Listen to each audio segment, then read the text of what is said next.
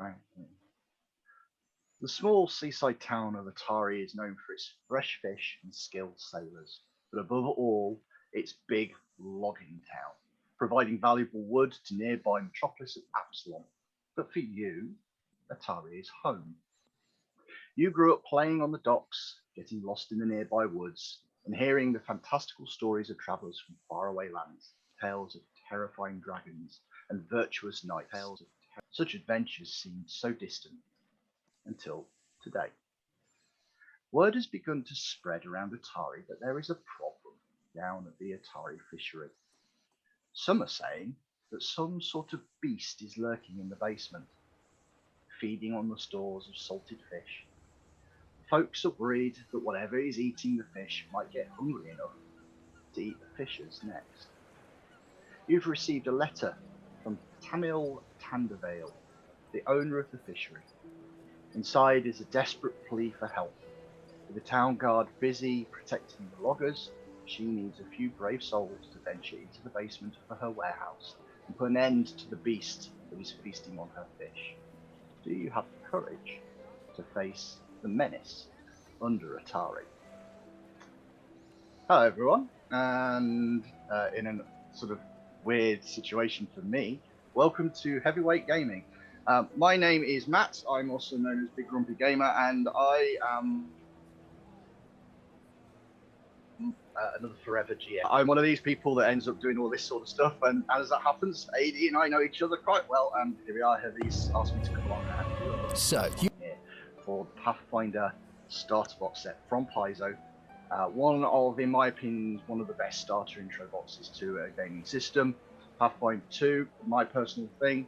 And in fact, if you do get interested in any of the stuff that's going on here today, you will be able to find me on another channel. This is sort of me hopping channels and trying to spread the word of the sort of stuff that I've been doing elsewhere. We are a YouTube exclusive, but we convert our audio into podcasts. You will find us on a channel called Random Encounter. As it happens, I have 4 players here with me who are new to Pathfinder 2nd Edition, probably done quite a few other things, and you might have seen people on here already on other things such as 5th Edition. I believe, Conan, you're in a 5th Edition campaign on here, aren't you? Yeah. Is that coming so. up? Yep, and a few other bits and pieces that people might have seen. But I have Sean, I've got Everybody. Simon, I've got Conan, and I've got Mel. And I'm going to guide these 4 through this starter adventure. This starter adventure is written very, very much so in the vein of getting everybody, including the GM, into Pathfinder 2nd Edition. The box set is a combination of a variety of different things, including pre-generated characters, basic introduction rules for the GM, a basic starter adventure, including a solo version of the adventure, which you can play straight out of the box and without the aid of a GM. You literally run everything yourself. And this adventure is the Menace under Otari, and is a specific first level adventure which does progress through and bring people up to 2nd level, which these guys will have to encounter at some point along the way. There are a number of bits and pieces in here, and the way that the rules would normally work is it will introduce new rules as the game goes along, and it will give people an idea of what they're doing. But seeing as Pathfinder 2nd Edition is my wheelhouse, we're going to start, and I've got a whole host of stuff that I can throw at this lot and get them interested. I am going to guide people through just talking about the characters that they've picked. Specifically, I'm going to leave Conan to last because he's the awkward one amongst us. But everybody else here has picked one of the pre-built characters, and you don't need to explain too much. Just the name, what class they are, perhaps, and a little bit sort of. There is a background if you really want to read the background out, but I don't think that's necessary. But here we go. So, Sean, what have you ended up with? Hello, everybody. I'm Sean. I stream here on Twitch at twitch.tv/tehseanzor. I'm a variety gaming streamer and a long-time friend of 80's. Been role-playing with him a long time. I come from a D&D background, and I am brand new to Pathfinder2e. Haven't even read the rules. So we're going to be testing exactly how intuitive this starter set is tonight. And I am playing Valoros, the fighter. And then Sai. Hi, I'm Sai. I don't have any channels or anything to plug. This is my first time streaming anything. I'm also primarily I played D&D 5e, played D&D like Red Box stuff back in the day. I'm a LARPer as well. That's how I know AD. And today I'm playing Ezran, the human wizard. A universalist. And the closest I've ever come to playing Pathfinder 2 is playing Pathfinder Kingmaker on PS5. So yes, I have no idea what's going on. That's more than fine. More than fine. Mel, we go for you next because you've got the other pre-gen. So. What's up, everyone? I'm Mel. I know AD mainly through LARP. I've never really touched tabletop. I've done a D&D 5th ed game recently, but that's been my first introduction to tabletop. Pathfinder, never touched it. I'm playing a guy called Kyrat, who is a cleric. And we're over to Conan because the one person that decided I'm not going for any of these pre-gens. I'm going to dive right in, and you have created your own character. Yep, I'm Conan. Also don't have any channels. I know AD through LARP as well. I am playing a goblin called Gert Gutstabber. He's a rogue, sneaky, nasty little fellow. That's pretty much it. Yep. So we do have, at least there's one thing to say here. We do have the collective of character classes that come in the starter game, because the fourth and final pre-gen is normally an elf rogue, but Conan's customized and tweaked and taken a few other different options and gone for a goblin instead. What we do also have going on in the background, players can prove see it, you guys can't. We have a Foundry Setup that I've put together, which imported all of the stuff for this adventure, so it's all in here, it's all built in. Brilliant system. I love Foundry. Moved away from Roll20 a few years ago. I just rate about this stuff. So we will be using that, and we will also be using Sirenscape for a bit of music. We've still got AD hidden in the background. He's running the ones and twos and pressing all the buttons to make sure that the stream is working, because doing all the tech and all of the GMing is something I find fun enough on YouTube. I didn't quite want to fancy doing the whole hog on Twitch. So we do still have AD in the background. He is well aware of all the stuff that's going on and what's going to happen. But what we introduced and what we started the stream with is the introduction, the general introduction to the box itself. The sort of intro run that I went through there is exactly what you get in the box. So you guys have basically been asked to come along to the fisheries in the town of Otari, somewhere that you know quite well. Otari is a relatively large town. It was created quite a long time ago. The name is actually after an old hero from the group called Roseguard, who defeated a great evil to the north, and the town was established for the one hero that effectively died during the fight against this great evil. The families that have then run this town have been the descendants of the other party members that were in that group. And while the town's gone through a few fluctuations and changes, it has more or less remained the same ever since. It's a logging town, that's what it runs off of, but it's a good hub for adventurers to come to. It's got a fairly bustling sea community. It's right on the coast. The vast majority of the sort of stuff that you're aware of is fishermen going out and adventure ships going off to various other places in Valerian and coming back with more and more adventures and more wares. You've been living here and you have this sort of itch to get involved, to do something adventurous. And when the owner of the mill sent out this message, you were the first four to arrive and sort of bang on their door and ask if you can help. The owner is a relatively small framed woman. It looks more like, they own this business, but they're probably not really fishermen stock themselves. They're just good with the numbers and good with looking after a storefront.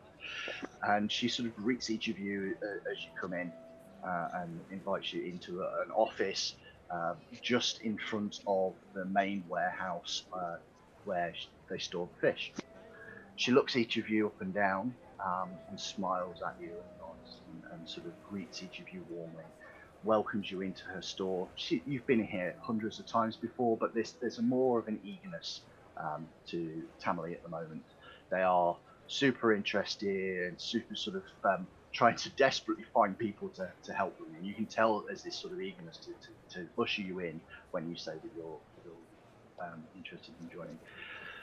Adi, can we get a bit of the sort of intro music if you haven't already, and we'll start doing a little bit of the old role playing, I think.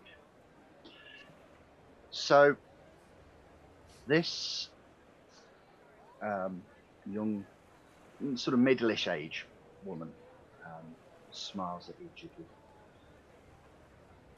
Been real hard, really. I couldn't explain what's going on.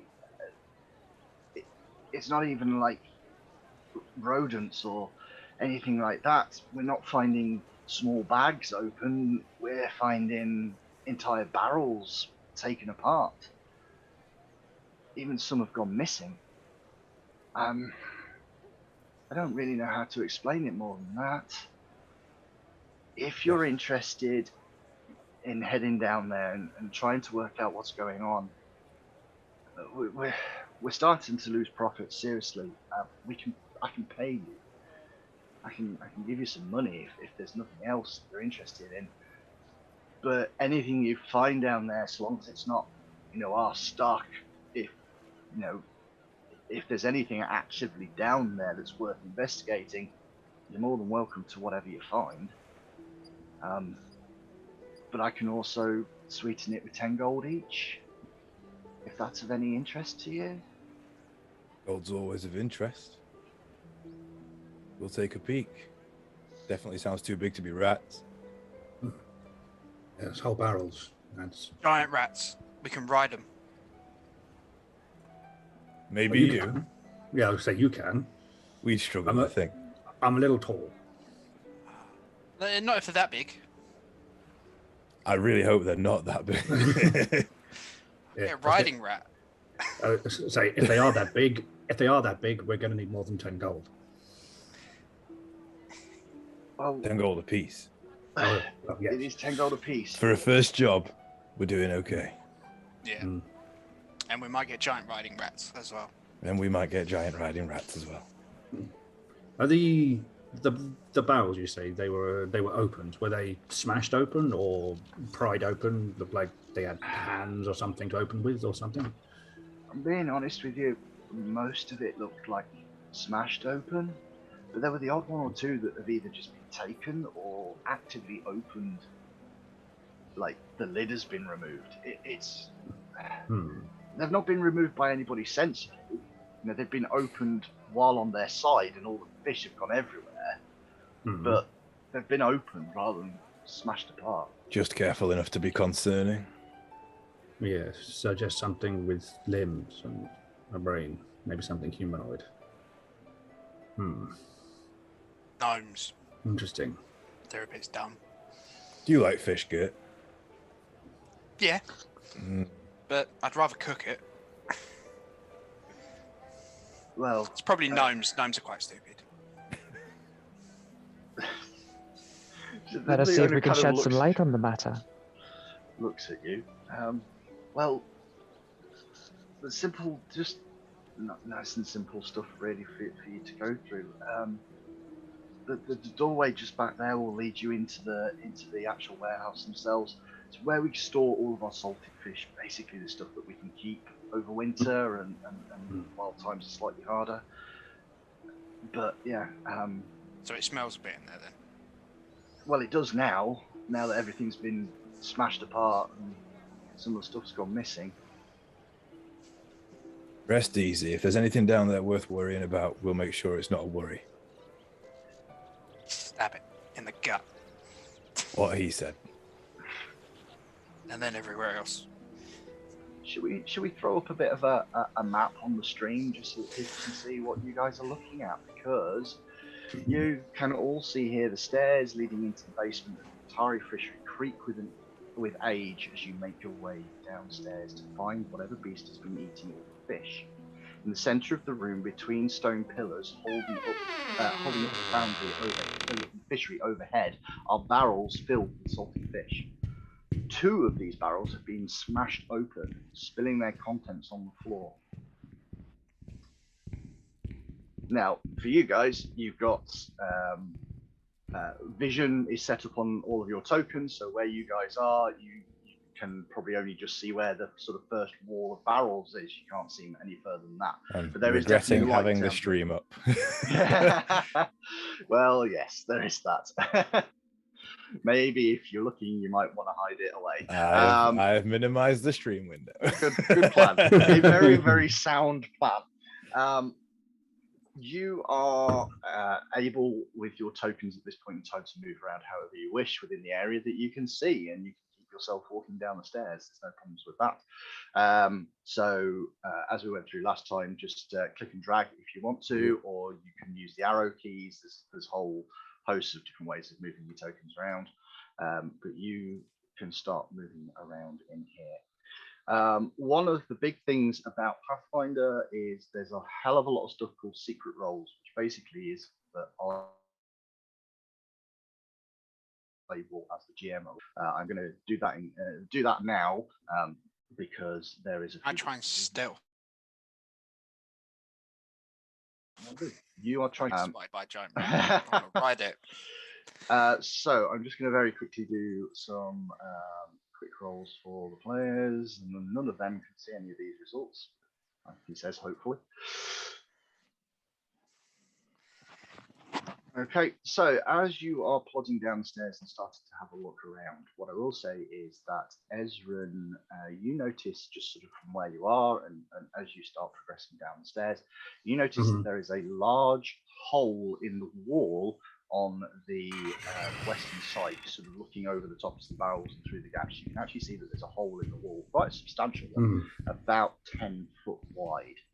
Somewhere over in this direction. So you are aware of that. Nobody else actually spots it. Okay. Can I cast light on the tip of my staff? Because I don't use torches. Absolutely can. I will give you a very quick light torch. There you are. You now have light. Nice. I'm going to cast that on my torch. I will throw my staff so I can have it round. Yep. Since I'm Johnny Frontline, I guess I'll. Yeah, I'm going to stealth while they're all walking forward. Okay, I will also do that quite quietly for you at the moment. Valeros, you may not have spotted it, but look to your right. There's a hole. That's pathway leading down. Sizable hole. Let me go and have a quick investigate. So I'm going to move over to about there.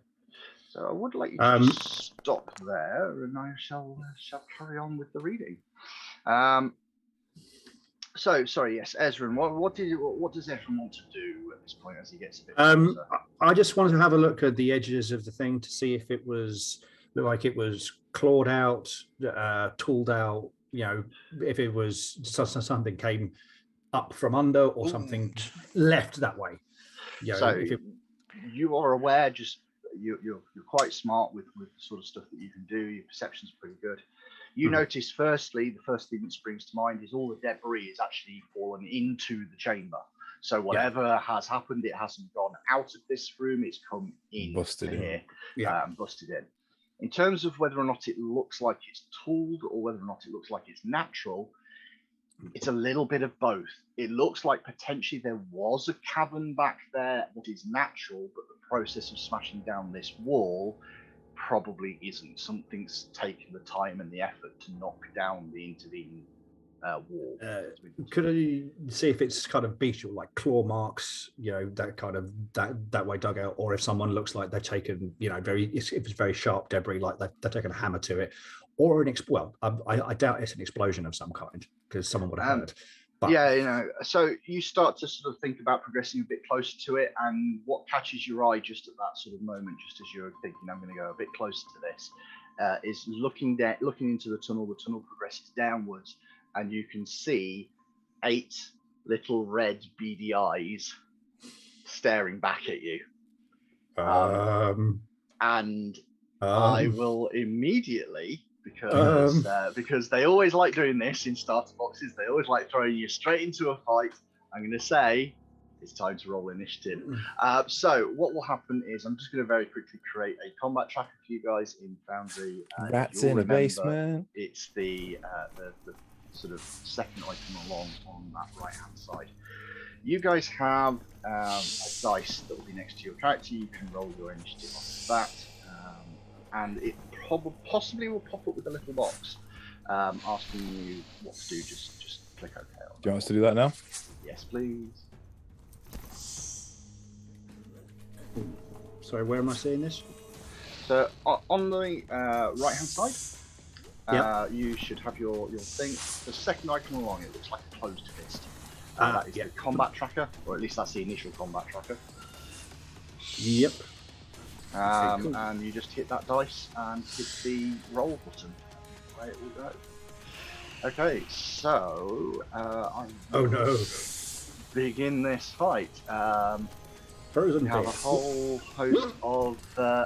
host of critters for you to deal with, and unfortunately for you guys, most of them are going first. So a whole lot of these creatures start running towards you. Hopefully, I manage to stealth.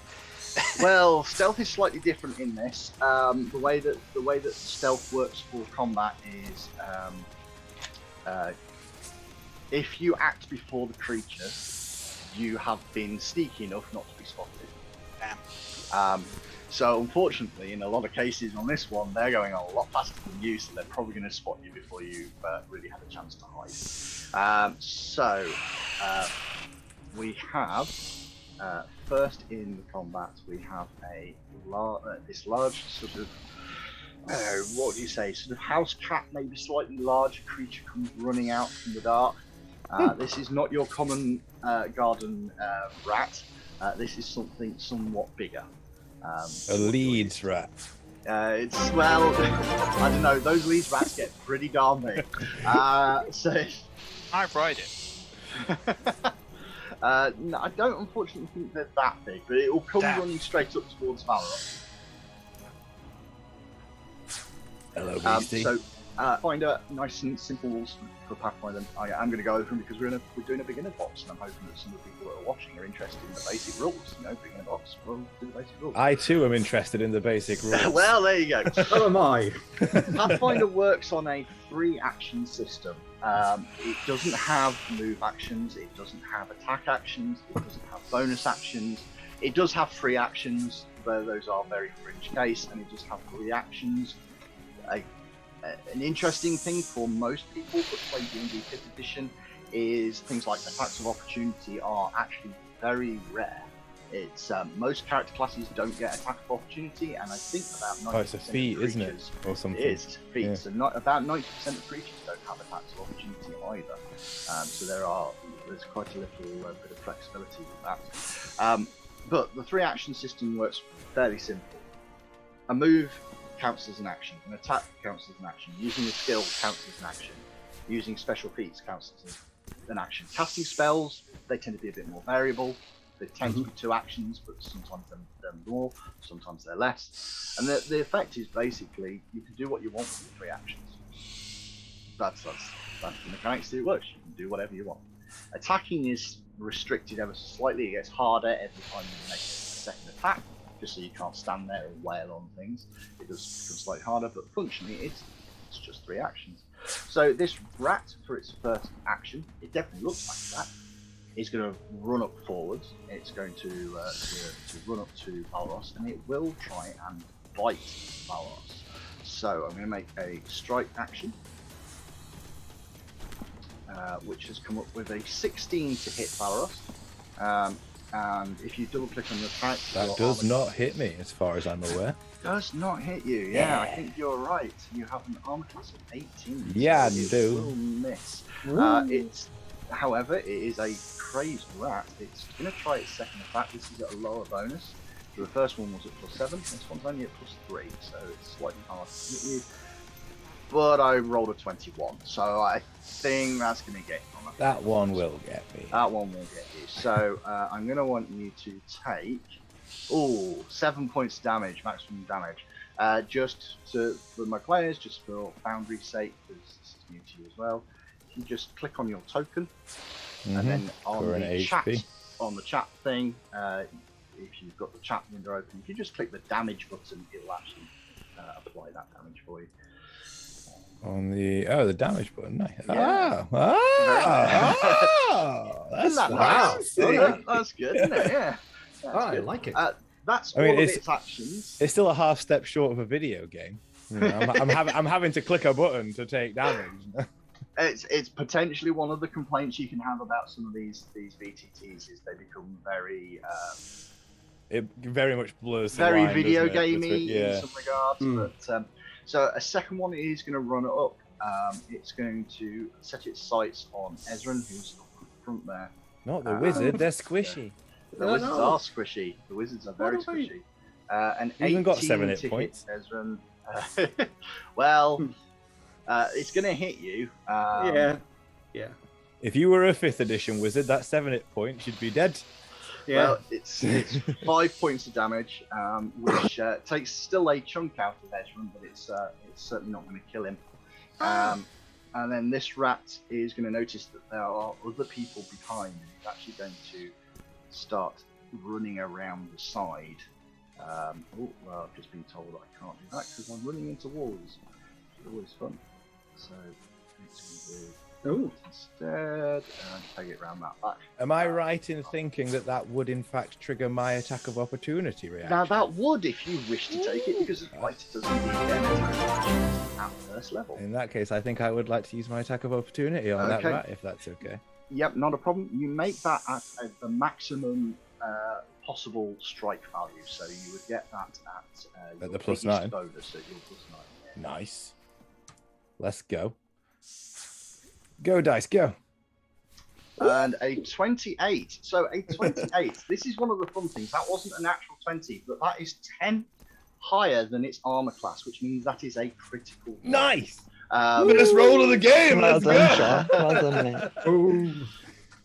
So you can, on your bar that you've got, you should be able to select critical as your damage type. So you go back to that strike. Oh, yeah, nice. Select Nice. critical, and that will be critical damage. 16 points of damage. Nice. What? This rat doesn't even manage to get anywhere away from you. Splat! As it turns around and starts to escape, you just crush it down in a single strike.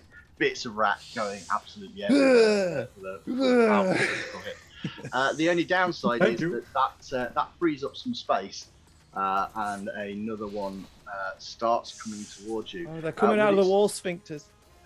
With its first action, though, it can't actually get to you, so it's going to just go to there. And then, in a similar sort of way, it doesn't really want to go towards the person who just smeared its friend. It runs around the back. I am very intimidating. And with its final action, it's going to sneak behind everyone and get into this position. Oh, I don't think so. Well, I think so. It's just whether or not that's any use for the creature is another question entirely. This is now, however, Valoros's turn.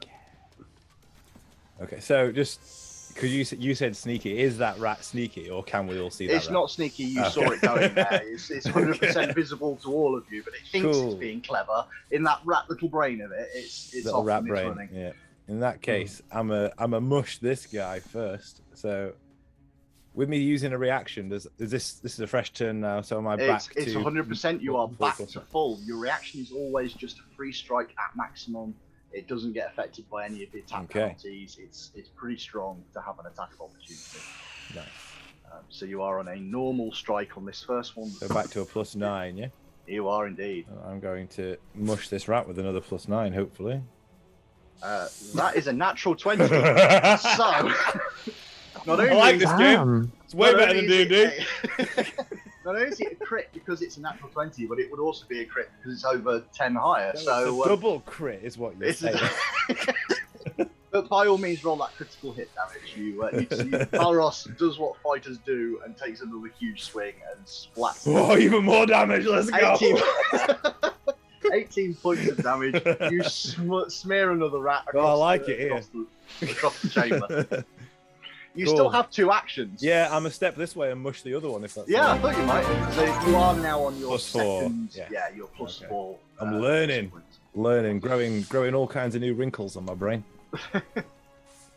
Oh, nearly. A 12 is unfortunately going to miss. Yeah. This one, thinking it's sneaky, is also quite wiry and quite mobile, and slinks out of the way as you come down with a strike. It is going to move on to the final rat's turn. The final rat, now knowing that the rather scary fighting guy is out of the way, is going to progress up to the. Oh no, my wizard! And we'll take a single strike against Ezra. But a 12 is going to miss. So Yes, it does indeed. It does. It's swing and a miss for this one. And it looks quite ferocious and quite upset. It's going to go for a second attack, but that is also going to miss as well.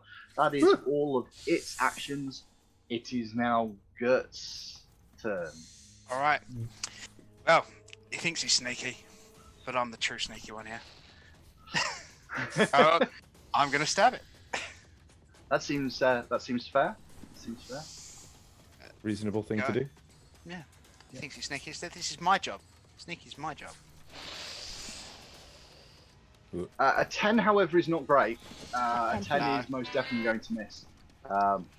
Just having a very quick look at the stream agent. For some reason, that seems to have frozen. I don't know whether or not you want to refresh the view. It's moving on mine. Oh, okay. Do you want to refresh, maybe? Yeah. No, it's just slow moving. It's just slow moving. That's fair enough. Oh, it's a little framey, actually, yeah. Yeah. I get a second attack, don't I? You do. You've got short sword and a dagger. Reactions. You've got your short sword, you've got your dagger. To be honest with you, your short sword and dagger, there's no massive difference between the two of them. I was about to ask if two-weapon fighting's much of a thing at this level or in this game at all. It is definitely a thing. One of the things you can do with a lot of feats that give you two-weapon fighting is things like for a single action, you get to attack twice. It's that kind of stuff. I assume I don't have those feats yet. You don't. Now, being a generous and nice GM that I am, what I will suggest is there is flanking in this game. I was wondering. So whether or not you want directly to use opposite? one of your actions to get in a flanking position. Yep. The advantage of flanking is that it actually causes the creature to become flat-footed, which for a rogue is really useful because that gives you your backstab ability. On a rules basis, it also lowers the armor class of the creature you are flanking by 2. And when I use a second ability to attack, does it lower my attack chance? It will indeed. It will be your second attack level, so it will reduce your attack by 4, I believe. So it will be your +3 bonus. Trying to find it now. So if you are you using the I'm on the character sheet. You're on the character sheet. So if you go to the actions tab in, you should see your short sword, and one of them will say map -4. That's the one. Yep. There you go. Map standing for multiple attack penalty. And with a 15, and due to the flanking, that is most definitely a hit. You can roll your damage. One thing you want to do on the character sheet is make sure that there is a thing which says enable attributes that require flat target. Yep. Make sure that's to your damage roll. Okay. Do I get a sneak bonus? Indeed, that's what that does. So clicking that will apply the sneak attack as well. So you just have to select damage, and it will roll it all for you. So with the sneak attack damage on a standard hit, not even a critical hit, you do 15 points of damage, and another rat falls dead. In the gut. There we go. Absolutely. Kyra. It is going to be Kyra's turn, so now it is up to you now what to do. There is one rat remaining. It is currently hidden under the for some people on the stream. It's hidden under there. What I'm going to do is I'm actually going to just make that disappear. There we go. That's where it was, because there was a dead creature token over the top of it. So we'll just handle that and hide it away. No worries. Well, I'm going to step in, basically in line with the wizard. Yep. To try and then take a swing at this lovely little rat. That seems perfectly reasonable to me. You've got a scimitar. It probably do a hell of a lot of damage if you can connect. I was hoping she had a hammer then. I'll just say, turn it into paste. Unfortunately, with a 7, a rat being quite sneaky and quite mobile, you're unable to hit it. You do have 1 further action left, though. You could try it again. Let's give it another go then. Okay. So again, this will be at the slight penalty. That's fine. You got exactly the same result. So a little bit of the cleric there stepping in and swinging and missing. Unfortunately, Ezran, it is your turn. Right. Do I take any penalty for using ranged spells this close? No. No. Ooh. No. In that case, you'll just see Ezra, who's been busy tap dancing around this rat, going and then suddenly this ray of frost will appear. And that seems really that works. That works. So to cast your spell, which you have got that there. Yep, that's it. And a 20 is absolutely a hit. Can you give me your damage roll, please, for that ray of frost? Yep. Oh.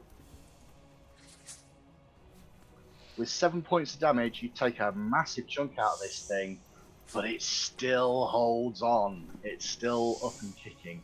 How many actions did your ray of frost cost you? It has 2 next to it, so I've got 1 left. So you have 1 left. Can I attempt to stabify it with a small dagger? You can indeed. Now, Chris Guts. the ray You're of gonna have frost... better luck than me. So here's the thing: the ray of frost has the attack trait, so you do have to take the first level penalty. So you will be at your +1? Yeah, indeed, that's right. Yeah. So yeah, +1 rather than +5. Cool. I shall Indeed. get that. Stab it in the gut. No, try something at the gut. Well, that went No. on a journey, but no, that is unfortunately a miss. That is the end of the first round of combat that you guys have been in, and you have managed to kill 3 rats for some reasonable amount of damage dealt to the group. However, just to make things nice and final, it is now Valeros' turn, and I would imagine this fight will not last much longer. The one nice thing for you, certainly, I think 5th edition does the same anyway. Creatures that are in your party do not stop you moving. Nice. So you can walk straight past them. I mean, I don't know if it matters for fighters so much, but I'm going to do the flanking positioning at least. Yep, it doesn't make a huge amount of difference other than the fact that it reduces the armor by 2, which means you're more likely to crit. It's not nothing. Yeah, It's not exactly. nothing. Yeah. Let's go. A 14 would normally be a miss, But it hits because of the flanking. Yeah, It's see? a hit. This is- brains. And that is my first attack. So there we go. Whoppa. Nice. 10 points of damage. Would you like to describe what you do to this final rat? Just going to give it a big old classic, like, sword down straight through the spine, kind of. There we go. Indeed. I think I got to the guts. Prove it. There you go, guys. That is basically the basis of combat. We have done one of the main core things that you guys are going to have to learn is how to deal with fights. This would normally obviously churn out some experience. I'm going to run that in the background and just bear in mind where you guys need to level up in this thing. But you do come out of your first ever Fighters and Adventuring party. A number of sort of bits and pieces that sort of come up from this. And AD, you'll want to close that box because I don't need to see that one on the screen there. Box, that's not necessary. You have dealt with the first sort of bunch of creatures. We can actually do this. You can. You do have a couple of cuts and bruises and injuries to sort of carry with you. I noticed I've got some healing tools. Can I potentially top people off? You absolutely can, and one of the nice things about Pathfinder is you can heal without using magic. Nice. Anybody that has the medicine skill can attempt a target number 15 medicine check, and on a success, you heal 2d8 points of health back to whoever you are treating. Wow! With a 26, You critically succeed at that check. Who were you healing with that one? I'll heal our lovely wizard. Okay, because it's Thank you.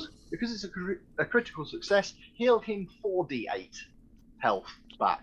4d8. 4d8. Oh dear. How often can you do that? Once every hour.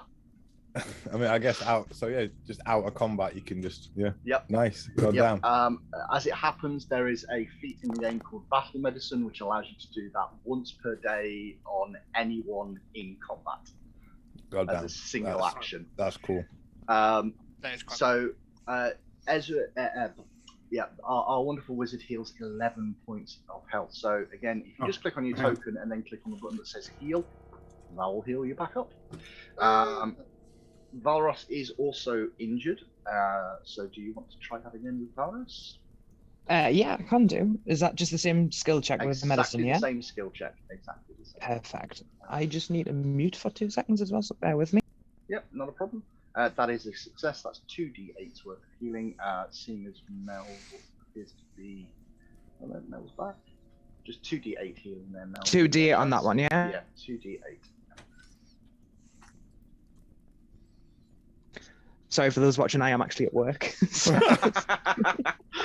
12 points of healing for Valros, so I think you've fully healed the party. I am. Now, I would like all of you to remember that you now can't be healed for an hour, okay? We remember that one? Yeah? All right, It's the person. It's the target. It's per okay. person.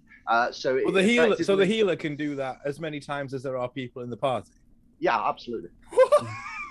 Per hour, but only once per hour to each one, and it technically takes 10 minutes of game time. So, clerics be badass, yo. I was gonna say, while they're healing, then I'm going to go searching. Yeah, no, that's fine. You absolutely you can dig around. Just to make this even better, medicine can be picked up by any character class. It is not just a cleric. I was going to say I have the skill on my list, but it's not got a number next to it. Does that mean I'm just untrained? You are untrained in it. Same You as would not me. be able to heal. Okay. Really, You have to be trained. You in have to have. I could do it. You could do it as well. Yes. I can do it. So there are a number of ways in which you can heal. If you are searching, that is going to be a perception check, which I will do nice and quiet. I'll just do that on the side for you. I do like the idea of the secret roles. That's one of the You know, some people do and some people hate it, and I can understand that. Some people like being in control of what their character does. Well, that's the one hand, isn't it? Kind of your autonomy as a player. But on the other hand, like if you're playing a stealthy character and you say, I want to stealth down this tunnel, and you roll your dice and you see a 2 on your dice, you're going to be like, well, I'm obviously not stealth, am I? So I'm not going to do anything stupid. Yeah. And Pathfinder takes that away from you, and I love that. I love that you can be like, I'm going to continue stealthing down this tunnel, and your character's actually just like... I mean, some people would turn around and say, maybe trust the players to not metagame that, but there's a whole... It's very difficult. Don't trust players. Yeah. And one of the things from my perspective, it has always been there's the risk of the double roll where somebody goes, oh, you've just rolled a 2, I'll roll it as well, just to see what I get and see if there's any different. You know, so there's a little bit on that one. As it happens, you all do pretty good on your perception checks to search this room, and all you really find is the kind of stuff that you'd expect in a fish warehouse. Bags of salt, barrels which do contain salted fish. But these creatures did not look like the sort of creatures that would be able to break into these barrels. They're more ROUSs, rodents of unusual size. So that is all that you find in here. But what you've obviously got in front of you is a whole huge cave entranceway that leads down into the darkness. I'm just gonna I'm gonna gesture at the gap, just say like this is a lot of trouble to get into a fishmonger's basement. I'm gonna whatever it is, it was probably hungry. Can I not go first this time? Just saying. I will go first. Thank you. I have the shield. So we're going to do something we're going to do something a little bit different at this point, which is something slightly unique, I feel, to Pathfinder. In most cases, most games will do this kind of in the background, with people constantly swapping backwards and forwards. But there is a general thing in Pathfinder called an exploration activity. It is what you are generally doing as you go down into the darkness. There are a number of options. So I'll just very quickly go through that, and then I'll explain. I'll ask each of you what you want to be doing. The most common ones are avoiding notice, which is what most rogues do, because it allows them to actually allows rogues to use stealth as their initiative check, so that they will be able to swap from using perception, which is the standard, to using a different skill. And using stealth for initiative has other benefits as well, certainly for rogues. The other standard one is to seek. It's basically to use perception and just keep looking and keep checking what's going on. An extra one is to do something called scouting. And scouting belays the standard looking for traps and everything else. Instead, it gives everybody a +1 to their initiative when everybody next gets into combat. Another fun one that a lot of people use is guard, which is if you've got a shield, you can guard as you walk, which means you are raising your shield without spending an action for the first turn. That one, please. As a note, guard. I'll have that one. If you're carrying a shield, most of the time your shield isn't up. It is actually an action to lift your shield into a combat-ready position. So that's. I did have a question about that actually. So on my character sheet, my AC says 18. Yes, indeed. Is that including my raised shield? That is not. Okay. Okay. So if I use the action raise my shield, my AC will go up to 20. It would indeed. Nice. And in addition to that, when you are raising your shield, you also gain a new reaction called Shield Block, which allows you to. I saw that as well. Damage you're taking. Yeah. So there's. I've been doing lots of clicking these first 5 or 10 minutes. So very quickly, Sean, you were saying that you were going to be raising your shield and guarding. Is that correct? Indeed. Yes. Sai, you possibly have another option if you want to use it, which is called Detecting Magic. It's constantly casting Detect Magic just to see if there's magic in the area.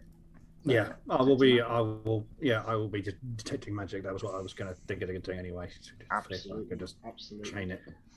Gert is going to be avoiding notice, I believe, Conan. Yes, please. Sorry. Yep. That's why I was going through the list, trying to read it. And everyone's got the rulebook PDF up on their other monitor. Like... Absolutely. Yeah. I should split door screening onto my computer. Yeah. Kyra's be raising shield as well. I'm gonna go guard. Yeah, so you're guarding. Okay, that is fantastic.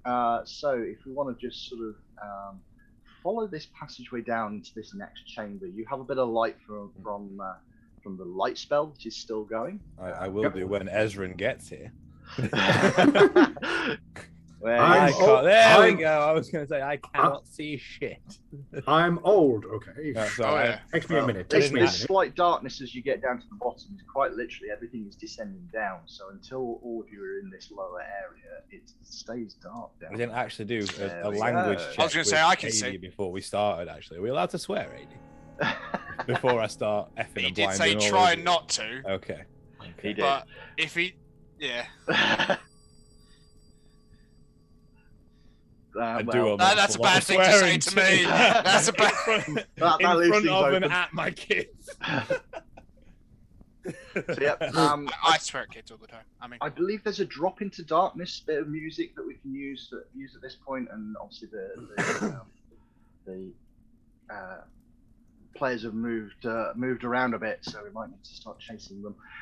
Squeezing through the hole, you find yourself in a cavern that seems to stretch endlessly beneath the streets of Otari. Who knows what menace could be lurking down here? Up ahead, the passageway ends in a cliff that plunges sharply into the darkness. Can I see? Jump off the cliff. I'm assuming I can see. Well, actually, some of you have jumped it already. Can you see this cut line across the center? Oh, that's a cliff. That is your cliff drop, just there. What we're going to do here is a little bit of take 3d6 fall damage. We're going to do a little bit of. We're going to do a little bit of a nice simple skill check at this point. You can assist yourselves by using a rope if you so desire, which will make the check slightly easier. But this is going to be an athletics check. Nice. So, fortunately, I have a target number for you. I'm going to be nice and assume that you're going to use ropes. And I can tell you what happens if you fail, if you critically fail, or if you're nice and successful. Can I be fancy and use acrobatics? No. Damn. No. Jumping just as high as you guys, but I did a backflip. Yeah. So I get a softer land. So athletics is used for climbing, acrobatics is used for tumbling past people, jumping, to be fair, as well. You know, all those backflips you do in combat generally. Yeah. See you trying to stab me, and I raise you. A sick backflip. That's it. Next time, Backflipping Wizard. So yeah, whee. Well, with a 19, Valorous just basically boing bounces down the cliff more than safely, and you're roll. Fine. Don't need to backflip when you squat like this. Is it athletics or acrobatics? It's athletics, and with an 11, because you've got the rope, you are able to safely climb down. Although it wasn't easy. I was going to say, it's because I'm smaller, I've got further to fall. Who wants to go next? Roll in athletics. Oh. Moves out the way so he doesn't get landed on. So, natural 1 there, Mel. Uh-oh.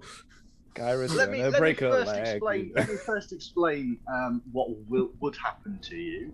You would take 5 damage from the fall. Because you are at the top, you would take the full falling damage. The other, however, option is something slightly different.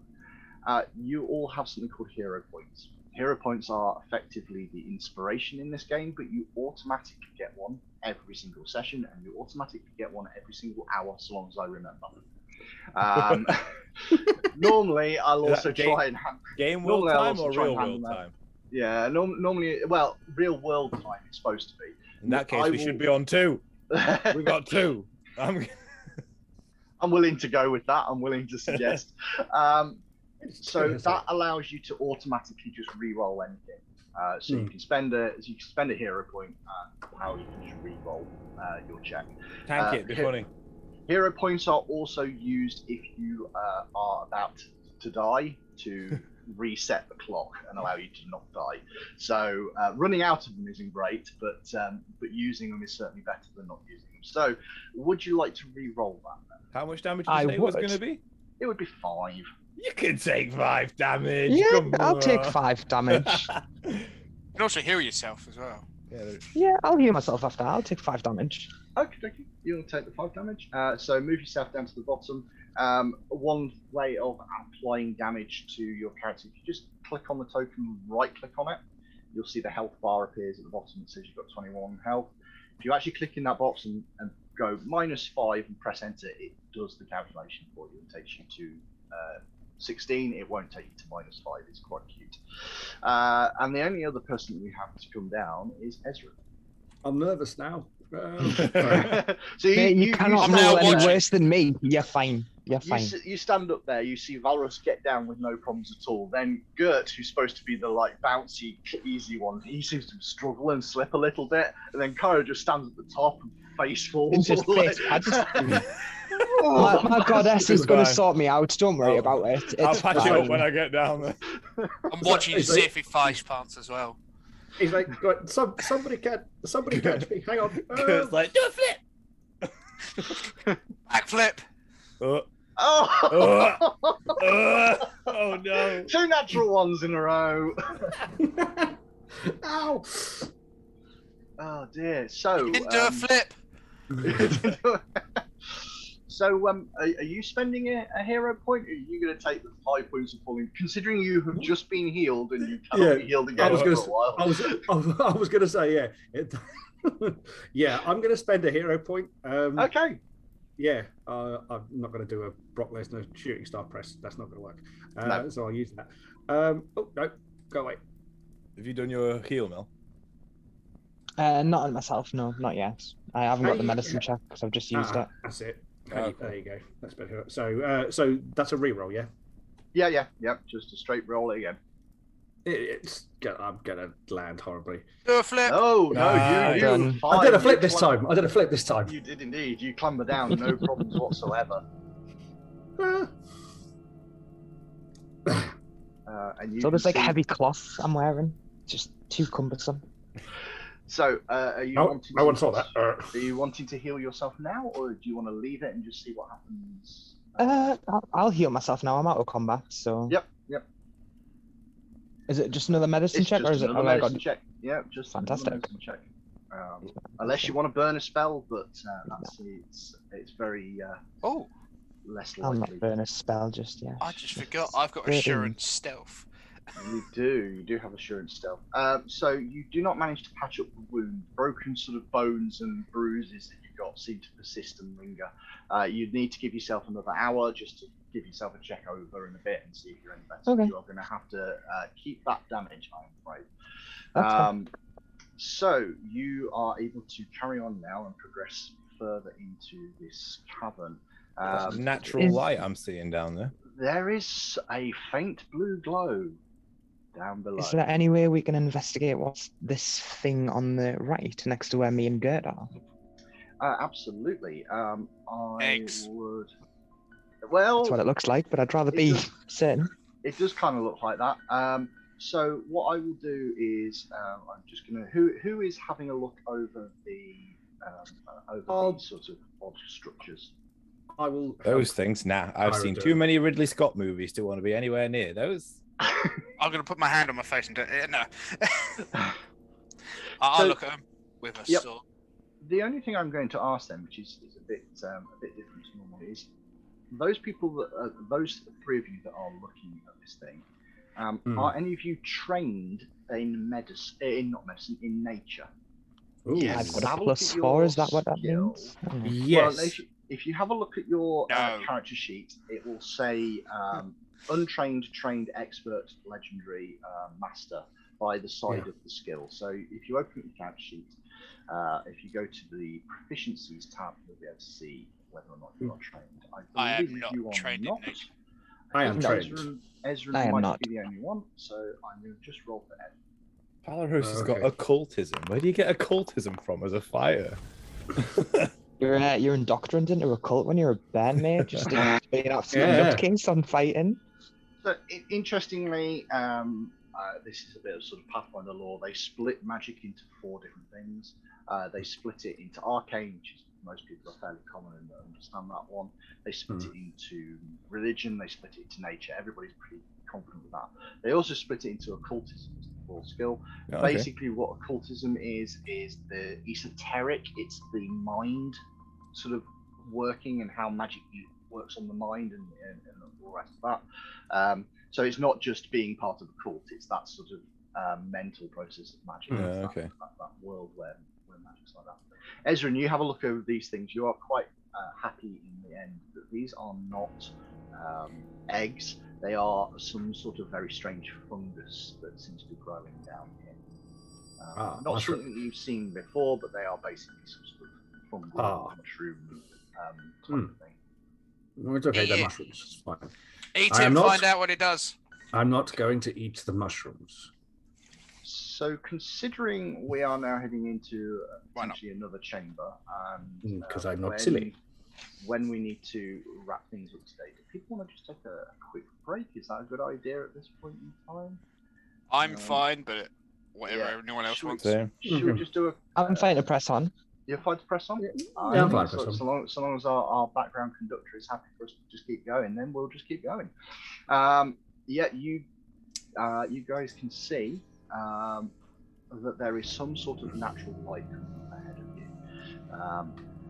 The tunnel continues deeper underground, eventually opening into a large chamber. Patches of glowing blue fungus cling to the ceiling and provide a dim light. You can just barely make out vast strands of webbing across the floor and walls of this cavern. Stretching between all the tropes are stalactites. coming out of this starter. Heading Ah, spiders. Like Rats Giant into riding spiders. spiders. Rats into spiders, yay. I've Still been, guarding, by the way, just for the record. I've been booted out of the map, by the way. Is it good just gone to like a background screen, or is it completely shut down? I've just gone to a Pathfinder background screen. What you're going to need to do, unfortunately, with that one is close down your browser and reopen a new one. If you just refresh it, it'll just go straight back to Instant death. Dead. That's it. GG. Oh yeah, none of you can see without the light, can you? Nobody else can see without the light. That is correct. Oh, I can see fine. We can see fine. The mushrooms are glowing. Oh no, it's like daylight for me. So, you are aware of a couple of things. Anywhere where there's webbing, it's going to slow you down. So the webbing counts as, each square where the webbing is counts as 2 squares for the purpose of movement. In addition to that, you are going to need to make an acrobatics check in order to cross the room.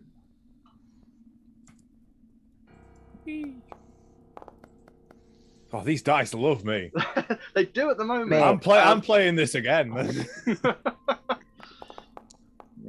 Another 19. Nice. Okay, so Valorous and Gert, you are more than capable of traversing across the room. However, before you get too far, before you get too exploration far, happy,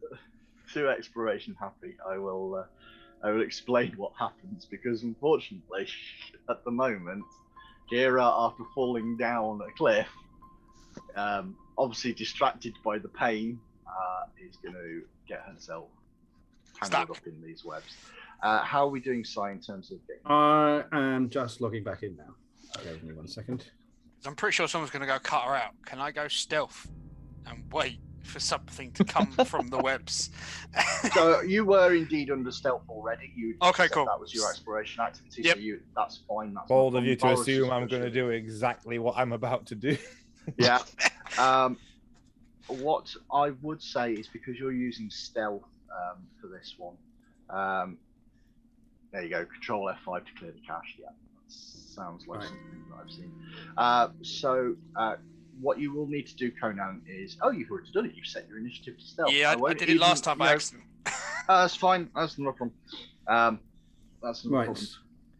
I remember reading something about rogues use their stealth for initiative. As much as they can. Absolutely. Yeah. As much as they can. Ezrin, would you very, very quickly now go back in and do a...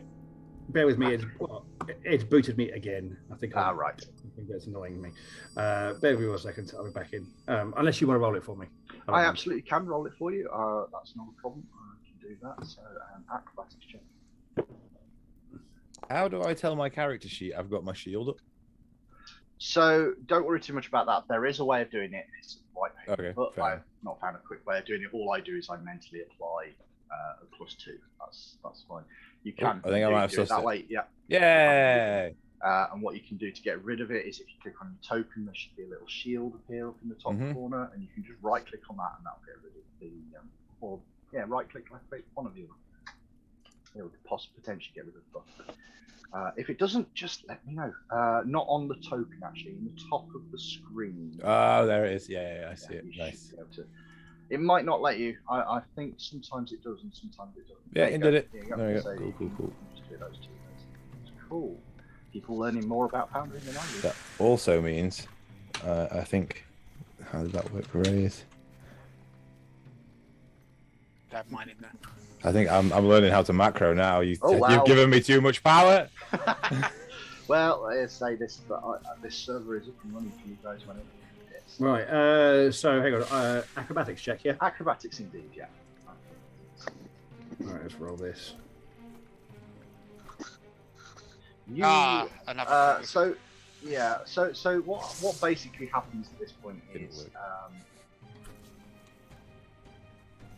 most of you get across this sort of area. You manage to sort of nimble across, and Valorous and Gert are up ahead, bounding their way across the area.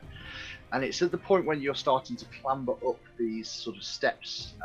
You suddenly hear Kyra behind you and Ezrin swear, and there's a sudden sort of pinging rattle on the webbing just behind you, and it starts to shift. And as somewhat expected, all of a sudden there's a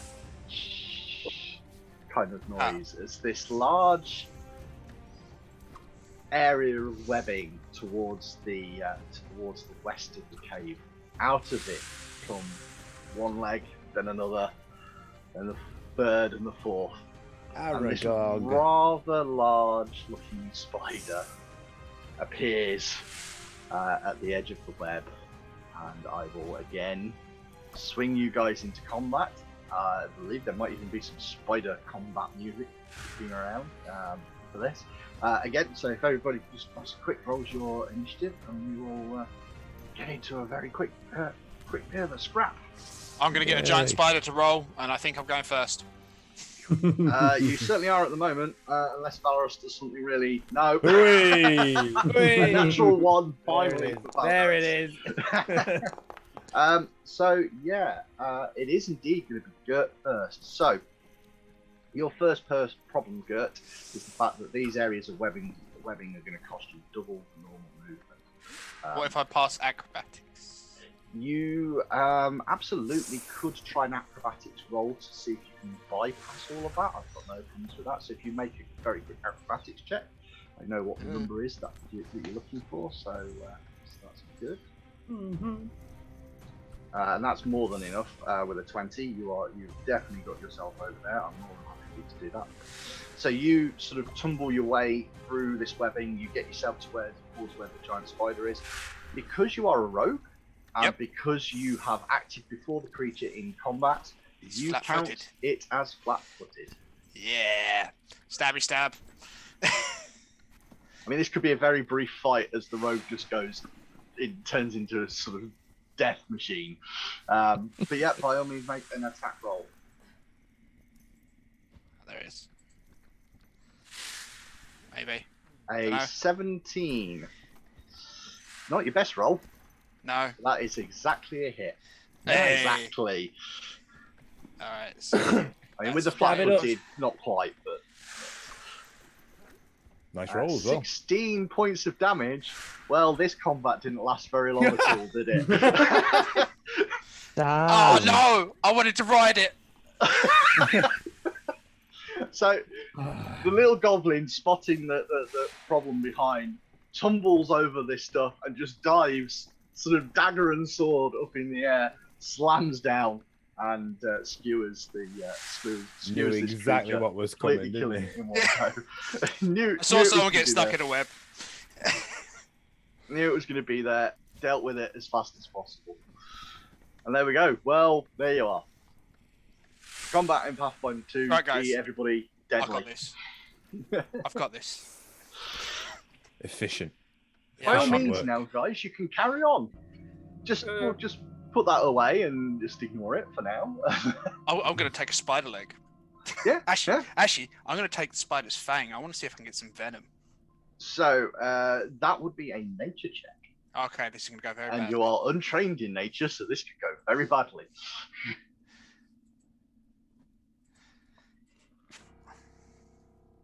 Oh, it can go perfectly. I hadn't accounted for that. No, that's fair enough. I will say that you do indeed get yourself a little bit of venom out of this. Yeah. Creature. Not a problem. You put that on. Put it in a little vial for later. Put it in a little vial. I will then decide how long it lasts before it dries out in the middle of the pack. Can I search the spider's nest for remnants of any poor individual who may or may not have been eaten by it, and more specifically, their stuff? You absolutely can. So I will do, again, it's just a nice quick... Oh, actually, and I'm doing the detect magic thing, so if anything pings... Yeah, absolutely. I will just very quickly do a nice quick roll, because as it happens... Ooh. I found another spider. What? No. So, having a dig around through all of this stuff, a number of you do spot some bits and pieces.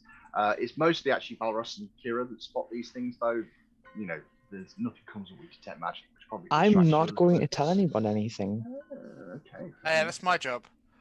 No, my goddess does not like you're desecrating the dead here. Leave them be. It's dead spider, it doesn't matter. There is a bundle of small items that you each sort of identify down here. In addition to that, there appears to be bone and dried skin of some sort of small reptilian type creature. There Riding is lizard. a everything's a mount. If you're small enough and brave enough. You also, however, find amongst this sort of area another couple of interesting things. There is a short sword down here which has an emerald in the pommel. Ibs. The sword doesn't appear to be magical. Nothing pops with that magic when you've been in here. It's shiny, I want it. Yeah, but it does look quite nice, and the gem itself is probably worth a bit of money. There is also a potion. Oh. So Now, I don't want the potion. identifying alchemy is done with crafting. Oh. So anybody that is trained in crafting can attempt to identify a potion. Let's have a look at my skills. Oh, I am. I'm not. Oh, I am as well. I think I almost was, but I chose not to. So, who here is trained in crafting? So we have I am. the wizard me. and the wizard and the warrior. So I will do the roll again. It's all done nice and in the background. This is just because it's got built-in mechanics for allowing me to say that you work out what it is when you really don't. But as it happens, both of you are 100% happy. You know what this is. You agree and you can confirm with each other that this is a healing potion. Didn't see that coming. Again, one of the trope items that you will always find in the dungeon. You have found your first healing potion. Now, normally what I would do in my other games is I would have a loot character sheet that people can put stuff on to carry, but I haven't done that for this one. Instead, I would quite like to know who is going to carry this healing potion. I don't mind. I just want the shiny sword. I was going to hand the healing potion to Kyra. I think that's It's appropriate. fine. It's better that one of you keep hold of the healing potion. That way, if you need it, you can use it. That's a good point. I don't Alright, mind taking it if I'm. I would suggest the old man keeps hold of it. Fair enough. Yeah. Can I have the shiny sword? For now. Yeah. Taking that, putting that away. I know where it is.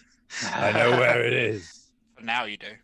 So everyone has themselves a healing potion, and Gert, just for simplicity, all I'm going to do is increase the number of short swords you have. Sure. Well, because later on he's going to sell the gem, obviously. I mean, that would ultimately be the plan, I would imagine. It's probably already picked out when no one was looking. Oh yeah, it's just a sword, guys. I don't know what. Well, I can I don't know smuggle what you things. thought you were seeing before. But... Yeah. I can smuggle things very easily. That seems reasonable. So Back you to come guarding. to this. You dig your way through the webbing, and you find all these sort of items. The first real haul of treasure that you, as a group, have also found. These first few items that you have spotted, and notice that this cavern, this cave, actually starts to then rise again at the other side, and lifts up into another set of sort of caverns or tunnels, as it were. After the web-infested cave, the passageway heads deeper underneath the streets of Otari, appearing to be mostly natural, but someone or something has worked to open the cavern and level out the floor, making the passage easily travelled.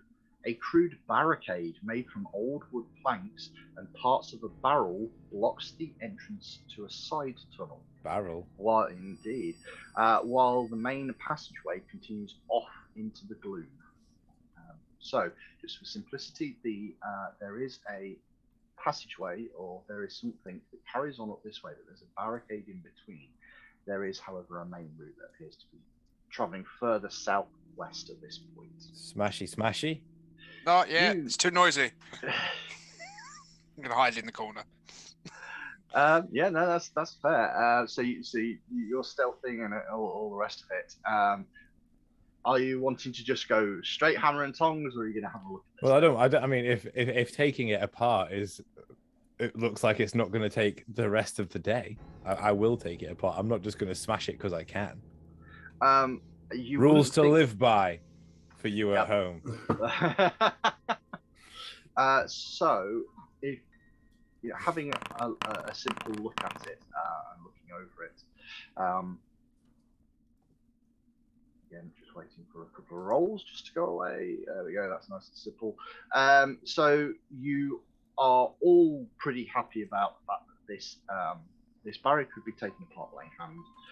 Somebody that has either a bit of crafting knowledge or maybe a bit of skill at sleight of hand and thievery could easily sort of pull this thing apart stealthily without making too much noise. Okay. But all of you start to, while you're inspecting this thing, all of you can hear a bit of a sort of clicking kind of noise, like a chattering, coming from somewhere behind the barricade. Oh, hang on. That might be put there for a reason. I mean, with the way this barrier is built, is like, because I assume it's kind of built in that kind of outwards way. Is it keeping things out from where we are, or is it keeping things out of where we are? So it's keeping whatever is beyond the barrier from your perspective in that area. So it's keeping things in, not keeping you in, if that makes sense. And Gert, because you've got dark vision, you can see that further, finding a little gap and having a look through, you can see that there is a passageway that leads downwards into what appears to be a perfectly rectangular looking chamber with a tiled floor. I'm dead. I'm gonna go with skeletons now. What? It's a bit of a leap from spiders. Yeah, but if it's blocking it, I reckon it's undead. Especially if there's that square room down there. And it's all tiled and everything. It's probably an old crypt or something. Maybe we should go down there later. Undead aren't going to have split barrels open. They're not going to steal fish. No, but whoever's down here put this here to stop them from getting up here. I don't really like riding skeletons. Jim, did you say that the barrier looked like bits of barrels? Yeah, there are bits of barrels, bits of random bits of wood that have been sort of scavenged from goodness knows where. But yeah, you can see a bit of a barrel in there. Yeah. Yes. Give me a bill to keep in. Well, don't like leaving things behind. That's we not can necessarily always the come best back. thing. I've got a feeling we've got to come back this way to get out. Yeah, fair enough. Okay, we'll go the other way first. I'm here. We'll loop back around to deal with the undead. No, sorry, we'll tell it more now. We're going to avoid that one, are we? We're gonna circumvent that one and get around it. That seems reasonable. We'll circle back. Circle back. There could be loot down there, good. Yeah, we can get loot later. Undead people used to be people, and people have stuff. Yeah, but that's stuff we've got to carry. That's We what can I always thought, come isn't back and carry it later. On I our assume way that's out. why I was here, to carry things. I mean, you do have the bigger back, surely. So as you progress further down here behind you from that moss goes. Yes, right, you have it. Yeah. Help me. I'm going to recast light just because I'm assuming that it will probably run out by now.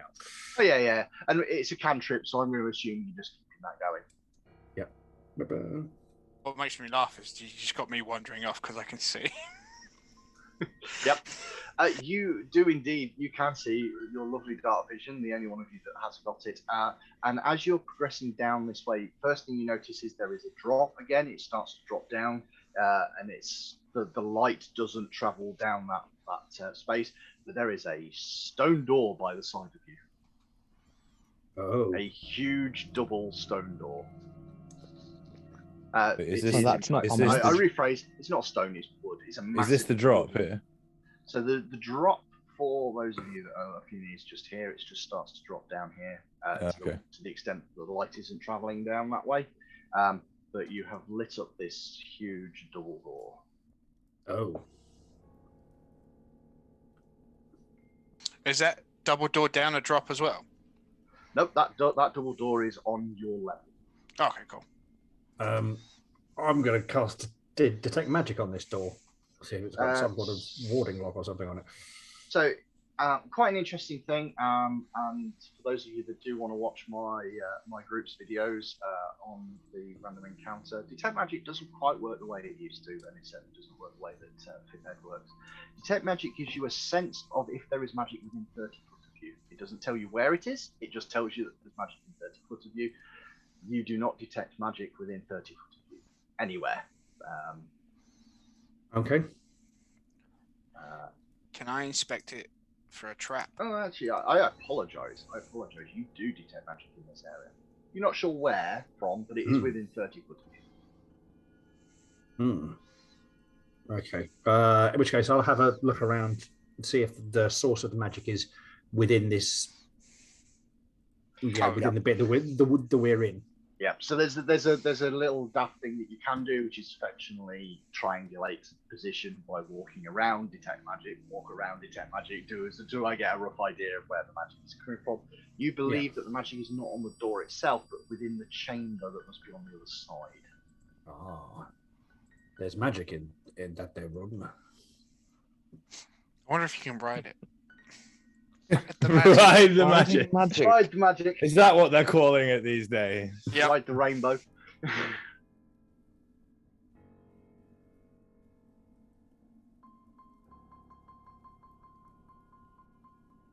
AD, we can actually hear you, mate. You're not muted. We'll carry on. Tells us not to swear. Tells us not to swear. Tells us not to swear, and then he's off. He's not muted, and he's swearing like a trooper. Anyway, I don't think he's got his headset on. no, he definitely hasn't got his headset on. Somebody might need to just ping him a message as we go along.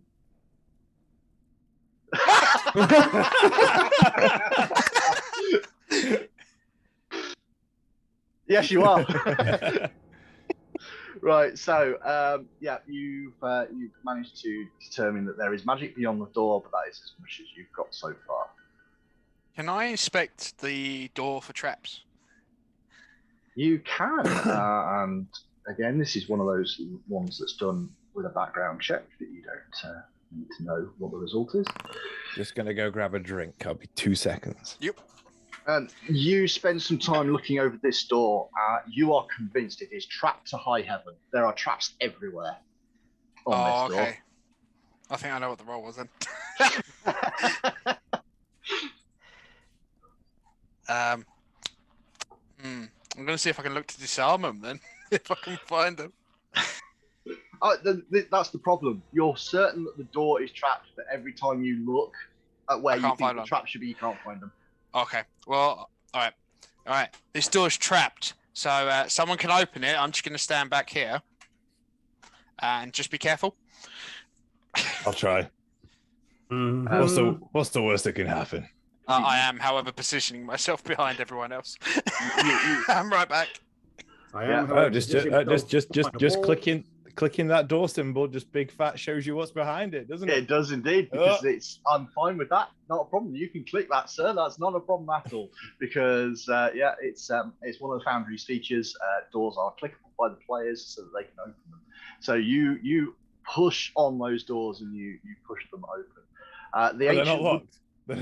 Nope, indeed they're not. One of the other things that Foundry can do is allow me to lock doors, so I can make it so you can click on them, but they won't open. Oh, that's really cool. Yeah, there's a couple of good things in there.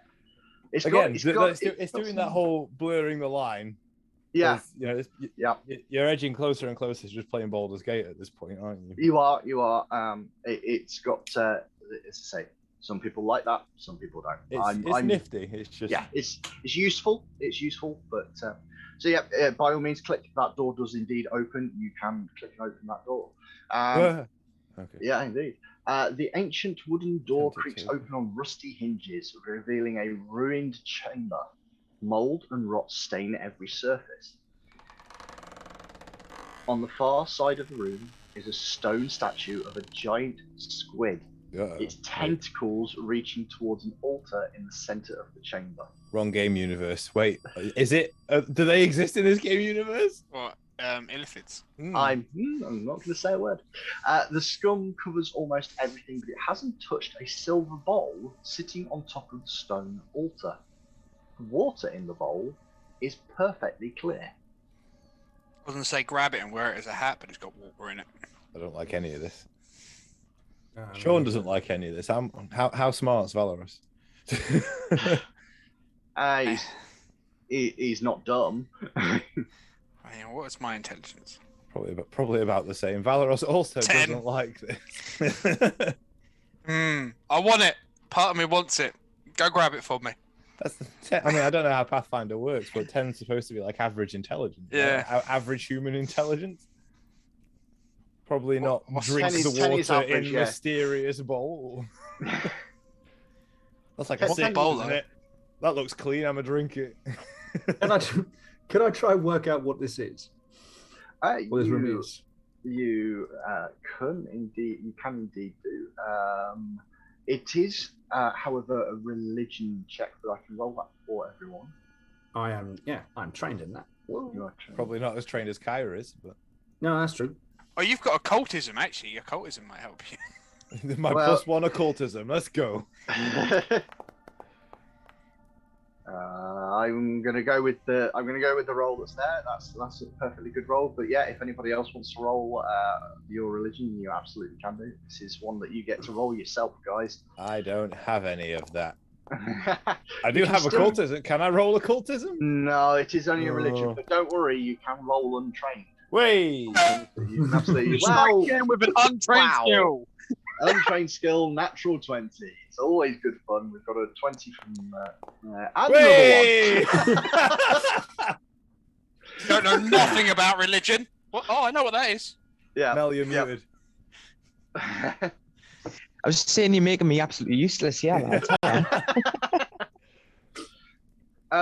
You notice that the shrine, after a little bit of checking, is actually dedicated to the god of nature and fury of the ocean, a god known as Gozra. And it's one of the good-aligned gods. He's a bit temperamental. In fact, I must rephrase that. They are a bit temperamental. Gozra is known to be both male and female. And it swaps depending on what Gozra's doing. When he's a destructive sea god, it's a he. When it's a nice nature, everything's okay, it's female, but sometimes it can be the other way around. So Gozra is a little bit sort of a bit like that. So yeah, it's a shrine to one of the gods of Galarian. Oh, Kyra, drink the water. I think it might heal you. I'm having a guess and lying through my teeth. Can I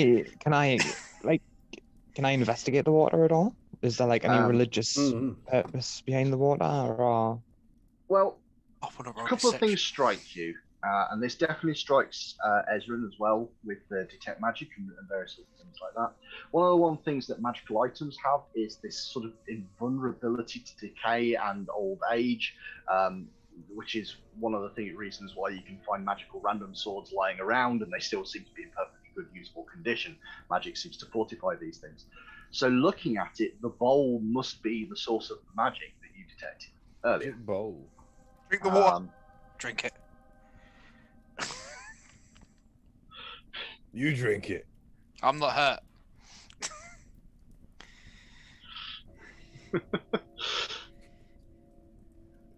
Why Don't not? look at me. Oh, what the hell? I'll drink the water. Oh god. Yeah! Oh no. There we go.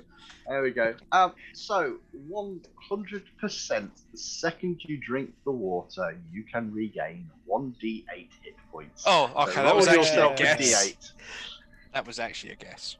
That's why I ran to hide. There's a bit of movement there, so we'll let Mel move. But yeah, get yourself on D8. So 6 points of healing there for Kara.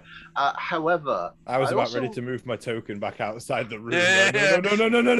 That's why I did that. I also need Kyra to make a fortitude saving throw, please. Oh, you get your health back, but you're going to turn into a squid. Can I ride it? Don't. Fortitude saving throw, right? Fortitude save. So if you're using the bar, if you've got your token click, there is a saves option, so you'll be able to go to. I think a Davy Jones beard would suit you, Mel. Fortitude saving, yeah, it would do, mate. I mean, I've already pretty much got one. You know what I mean? You fear death. 99 souls.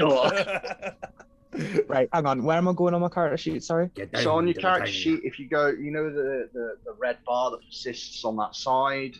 There is just beyond halfway down. There is the save. Fortitude. Excuse me. Fortitude saving throw. Thank you very much. Wait! A natural one. Obviously. Have you still got your hero skill point thing? Yeah, you still got the hero I point do. if you really want to use I do. it at this point. Yeah, I'm gonna re-roll that. I'm re-rolling. Yep. And Oh I my would say days. actually, everybody will have gained an extra one by now. Just The to- dice hate me tonight. They're not doing you many favors, and unfortunately, a 13 is still not quite enough. And it's fine, and you feel healed. But then, as it hits your stomach, it almost feels like the ocean waves are moving inside your stomach. There's this Not getting thrown up constant rolling feeling of I'm not getting thrown up on. salt water. I don't think it's coming that way, mate. You do feel sick. You are going to take a little bit of a status penalty for about an hour in game time as your stomach starts to churn and doesn't feel well. For the purpose of mechanics, it is what I would classify as the frightened condition. It's a -1 penalty to pretty much everything, but you are frightened. It's just this constant feeling of being sick. So I'm going to put the frightened condition on you because it's the best way that I can sort of manage it in game. But Cool. we need to remember that you're not actually frightened. So No, I'm basically just C6 standing on you just solid feel ground. C-stick on solid ground. Yeah. That was fun. Let's never do that again. Moving on. This is a snappy, quick group. This one. We learned a lesson. Don't listen to the goblin. Oh, the goblin knew what he was doing. He didn't drink it. Yes. Yep. This is another.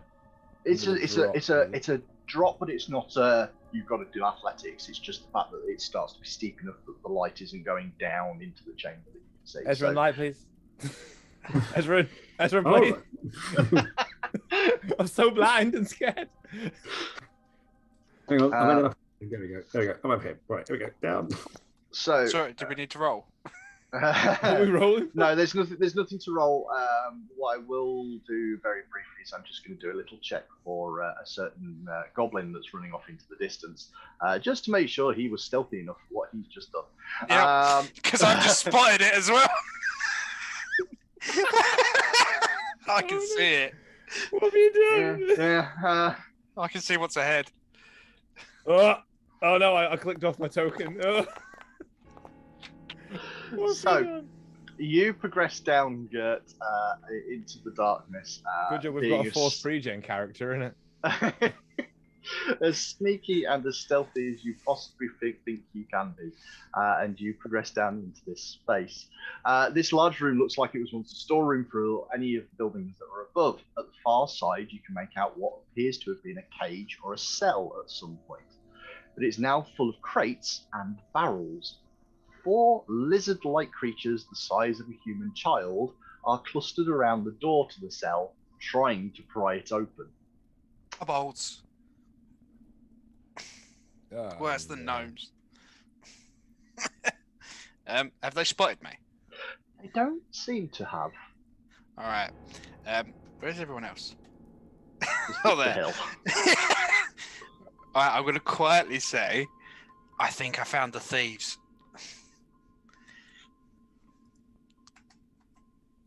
They're this way. Come on. Were you spotted? I don't know. We'll find out, won't we? Well, I mean, they're going to see us coming. We've got a light. We might as well just... All right. Well, I can turn the light off. No, thank you. I'm going to try and get into the corner then before I get spotted. Okay. So that everyone else... So as you start progressing down, one of the things that is kind of key and important in Pathfinder is there is no such thing as a surprise round. They do not exist. It's all based on what skill you're using to do your initiative check on, whether or not you just go blasé. You go first, you go first. Yeah, you go first. Nice and simple on that one. So realistically, as you are progressing around, you can pick and choose when you start the fight, because people can stay away and Gert can sneak in like he has done, which is perfectly fine. And he can sneak his way into the corner. But as you were saying, as Ezran sort of steps down with the light and you're starting to progress in, what I will do is I'm going to start a new combat tracker. I'd like people to roll your initiatives, please. And we will get everybody into where we can have a bit of a scrap. Valoros is not fast. Can I check something with you, Matt? Sorry. Yeah, absolutely. In my ability actions, sudden charge. Yeah. So it's a two action. Yep. And from what I gather, the gist is I move at someone and then I attack. That's correct. Yeah. How is that different to just moving up to someone and attacking? Well, if you read the full description, I believe, of sudden charge is that you actually move twice your standard movement. Oh, it just says stride twice. Stride twice. Yeah. So stride a is full standard movement. move. Oh, okay. Yeah. Yeah. Nice. So you get double move and attack. Double Okay. move and attack Okay. for Nice. 2 actions. Nice. So it's quite useful. And what can happen later on is you can have feats which chain on to a sudden charge, so you get extra. Oh, things cool. or whatever. Like a skill tree. Yeah, a little bit. Although they've tried to do away too much with hierarchy skill choices because they don't Okay. want to have Fair too much. Yeah, that's cool. I like that. I have a question before we actually start combat. Is there a absolutely. hold action? Yes, Can there I is. hold my turn until the enemy's moved or the friendlies have moved? Yeah, so there's two. There's 2 ways of doing that. You can fully delay your turn. That means you actually move in the initiative tracker. You move up or down, depending. Move down. So you could say, I'm gonna completely delay my turn, and then at any point after another creature has gone, you can go, I'm going now. And Okay. you get your full 3 actions. Or you can prep an action. It's holding an action. It costs you 2. Okay. Functionally, what you do is you go, for my 2 actions, I am going to say, if this thing happens, I will get to do this action, and I can do it at any time. Okay. And then you can use a reaction to say, I've triggered my thing, I'm going to do my action. Yeah. So I that's assume the way- with the delaying myself in the initiative tracker, I don't then go back up to where I was. That's correct, yeah. Okay. Yeah, you are permanently moved, which is why sometimes holding an action by It's better. it can be better. The only downside for you is that holding an action, I'm if a too creature, far away. well, there's that, but there's also the fact if a creature has gone in the initiative, you no longer get your backstab Yeah. ability. So while you're first, it might mean that some creatures suddenly stop being targets Yeah. for that ability. Yeah. You are first. Yeah. So it is your choice of what you want to do first. There is a fight against some kobolds now. Alright. You are indeed correct. I'm gonna. You've not actually spent any of your hero points. I would have given you some, but you're already at full 3. So Yeah. They're going to spot me, aren't they, as well? As soon as they take a turn. as soon as they take a turn, they see you. Yes. Alright, do you know what then? We'll go full. Stabby, stab, stab, stab. Yeah. Yeah. One of the things you can do, remember, because the way that Pathfinder works is effectively you can hit and run. You could run in, you Yeah. could stab somebody once, and then you could run away. Pretty much what I'm going to do, actually. I'm going to go, alright, stab this person. Stab. Yep. So remember to trigger the fact that they are flat-footed on your. Yep. On your I thing. think I've left it triggered from earlier. That's fair. I mean, that's what a rogue hopes to do most of the time. That is not, however, the Hero best point. roll I'm in going the to use a world. hero point. Yeah. One of your hero points gone. Yeah, there you are. You watch. It's going to be just as bad. It's not. It's a. It's a. That is a hit. You may do your damage. That, however, is an awful roll. Yeah. And hero points can't be used to re-roll anything other than d20s. But you sneak across the room and you stab at this creature, and it just crumbles. It goes down dead. That is more than enough to deal with whatever these things are. Alright, and now... Run away! Right, guys. Expertly done. Yeah, absolutely. And that Not is that I the- can see anything, because I'm having to unselect my token just to see what's happening in that room. Yeah. So you've got the slight downside of there is enough of a dip that you can't see what's going on down there. Yeah, I assume you stabbed something in the gut, and I'm proud of you for it. Yeah, it's dead. Hey, look, here's its blood. Nice. So one of these creatures is going to sort of turn around and notice his friend has just fallen to the floor, blood coming out of some sort of hole. They are not actually aware of your position, even though Kairo's at the sort of entranceway. They've not spotted. So what I'm going to actually do is be completely honest about the way that these creatures are, and they are going to do something called a seek action, so effectively using perception to see if they can see anything that's in the area. It's not going to be a very high roll though, because they do have dark vision, so it's pretty simple for them to spot things in here. They did, however, only roll a 10, which is not great, but I think my passive sneak just beats them. your passive sneak would probably sneak that. Well, in fact, yours passive sneak definitely would. I'm going to check whether or not Kyra's passive sneak is high. No, unfortunately, Kyra's passive sneak is only a 9. Should have They just got will, back into the corner. they will spot that that's there, but that is an entire action to do that. So at that point, they are then going to spot that Kyra's there. This one in this corner is going to kind of make a shrill shriek and start pointing. That is also an action in order for them to do that. I literally cannot see a thing. And they are going to pull a sling from their belt as their final action. So they are just arming themselves up. That is all they are able to do. It is, well, it would have been the dead one's turn, but it's definitely not the dead one's turn anymore. It is Ezran's turn at this point. Right, I can't see any of them right now, can I? Alright, they're down there. You can't. Yeah, you are aware that they're down there. There's been a kind of shriek. The goblin assures you. Yeah. I mean, I thought promise we there's weren't something trusting to what the stab goblin down was there. saying anymore. Sorry, my connection is being troublesome. Okay. Yeah, let me just try and get back in again for long enough to do something. Right, there's only 3 left. He's already left. Right. Well, I'm gonna let's cast a big spell. That's why not. Okay. I'm glad I left. I mean, I'm assuming potentially step down so that you can see them. Yeah. Step down so I can see them. Now, right at the bottom of my spell list, I've got a big spell. Force something. Would it be so? You've got a focus spell called Force Bolt, Yeah. which is indeed it takes 1 action. It's got a range of 30 foot. You are definitely within 30 foot, and you can see the target.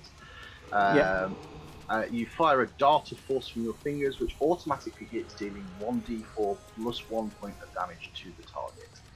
Okay. It's a single shot magic missile, effectively. Fair enough. So it's worse than my Ray of Frost. Yeah, I'm going to pop Ray of Frost because, yeah, Ray of Frost is heightened. Okie dokie. Well, Ray of Frost is a cantrip. It's not heightened at this point. It can heighten as you level up, and that will potentially something you can look at going forwards. But so, are you in a position where you can roll it, or do you want me to? If you could roll it. Absolutely not a problem.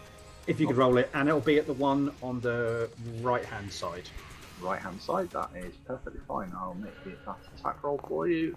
And that is going to be a 26 to hit, which is bang on a critical hit. Nice. So that is a critical hit with a spell.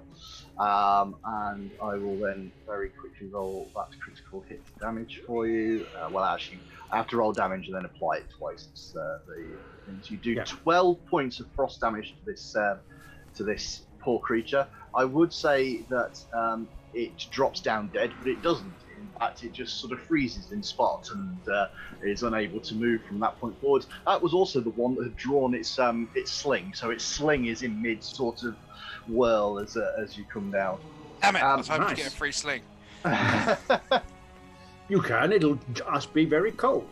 I just have to use a loincloth. So it's at that point that one of the other ones is going to turn around. And Extra spot poison what's going on. damage. It's had the targets pointed out to it, so it is going to move for its first action. It's got a fairly common 25-foot movement. So run over to here. And it's going to take a swing at Kyra with a... so it's actually going to have drawn a spear to start with. It's then going to run up. So that's 2 actions. And for its final action, it's going to take a strike at Kira. Kira's got a shield up, so Kira's arm class is going to be 2 higher. An 18 is going to hit even with your shield, I'm afraid. Get on my level, Kyra. Go. Jesus. You do, however, have the shield block reaction if you want to use it. Yes, I will block. Okay. So what this does is I roll damage. You get your shield broken the first time you use it. I'm like, wow. So it's going to do 7 points of damage. Now what we do from this is we then reduce the damage by the hardness of the shield. The hardness of the shield is 5. And then you and your shield take the remaining damage. So you take 2 damage and your shield will take 2 damage. And Okay. That's how blocking that works. So I will very quickly adjust the shield because that's slightly easier for me to do. And then if you just adjust your health by 2. But you only need to reduce it by 2 because of the hardness of the shield. And that's how a shield block works. That does take up your reaction until your turn. It's your turn. Squish it! The only thing I would say is, please remember, if you want to raise your shield again, that does take an action. That's fine. Can I, without casting them, can I just see what these spells do? If you just Right click on the click, you get to name, the details, right? I think if you left click on the name, if you just left click on the name, it'll give you the details of the spell. Although, that's only on your character sheet. Cool. I'm going to cast Burning Hands at the one in front of me. Okay, right, I'll do it. we're picking out the big spells. Set it on fire! Absolutely. So one of the nice things is it's got a place option for a cone, so you will be able to just check. Don't think there's any angle that you can do that's 15 foot to the other guy though, so I wouldn't worry too much about that. I need to do a basic reflex save. There's no attack roll for this, it's just whether or not I can get out of the way of it. Basic means if I succeed, I take half damage. If I fail, I take full. If I critically fail, I take double. And if I critically succeed, I take no damage. It's a nice, simple basic. That's what basic means. And I have just failed it, so I will take the full 2d6 damage. So if you want to press the damage button, that will roll the damage.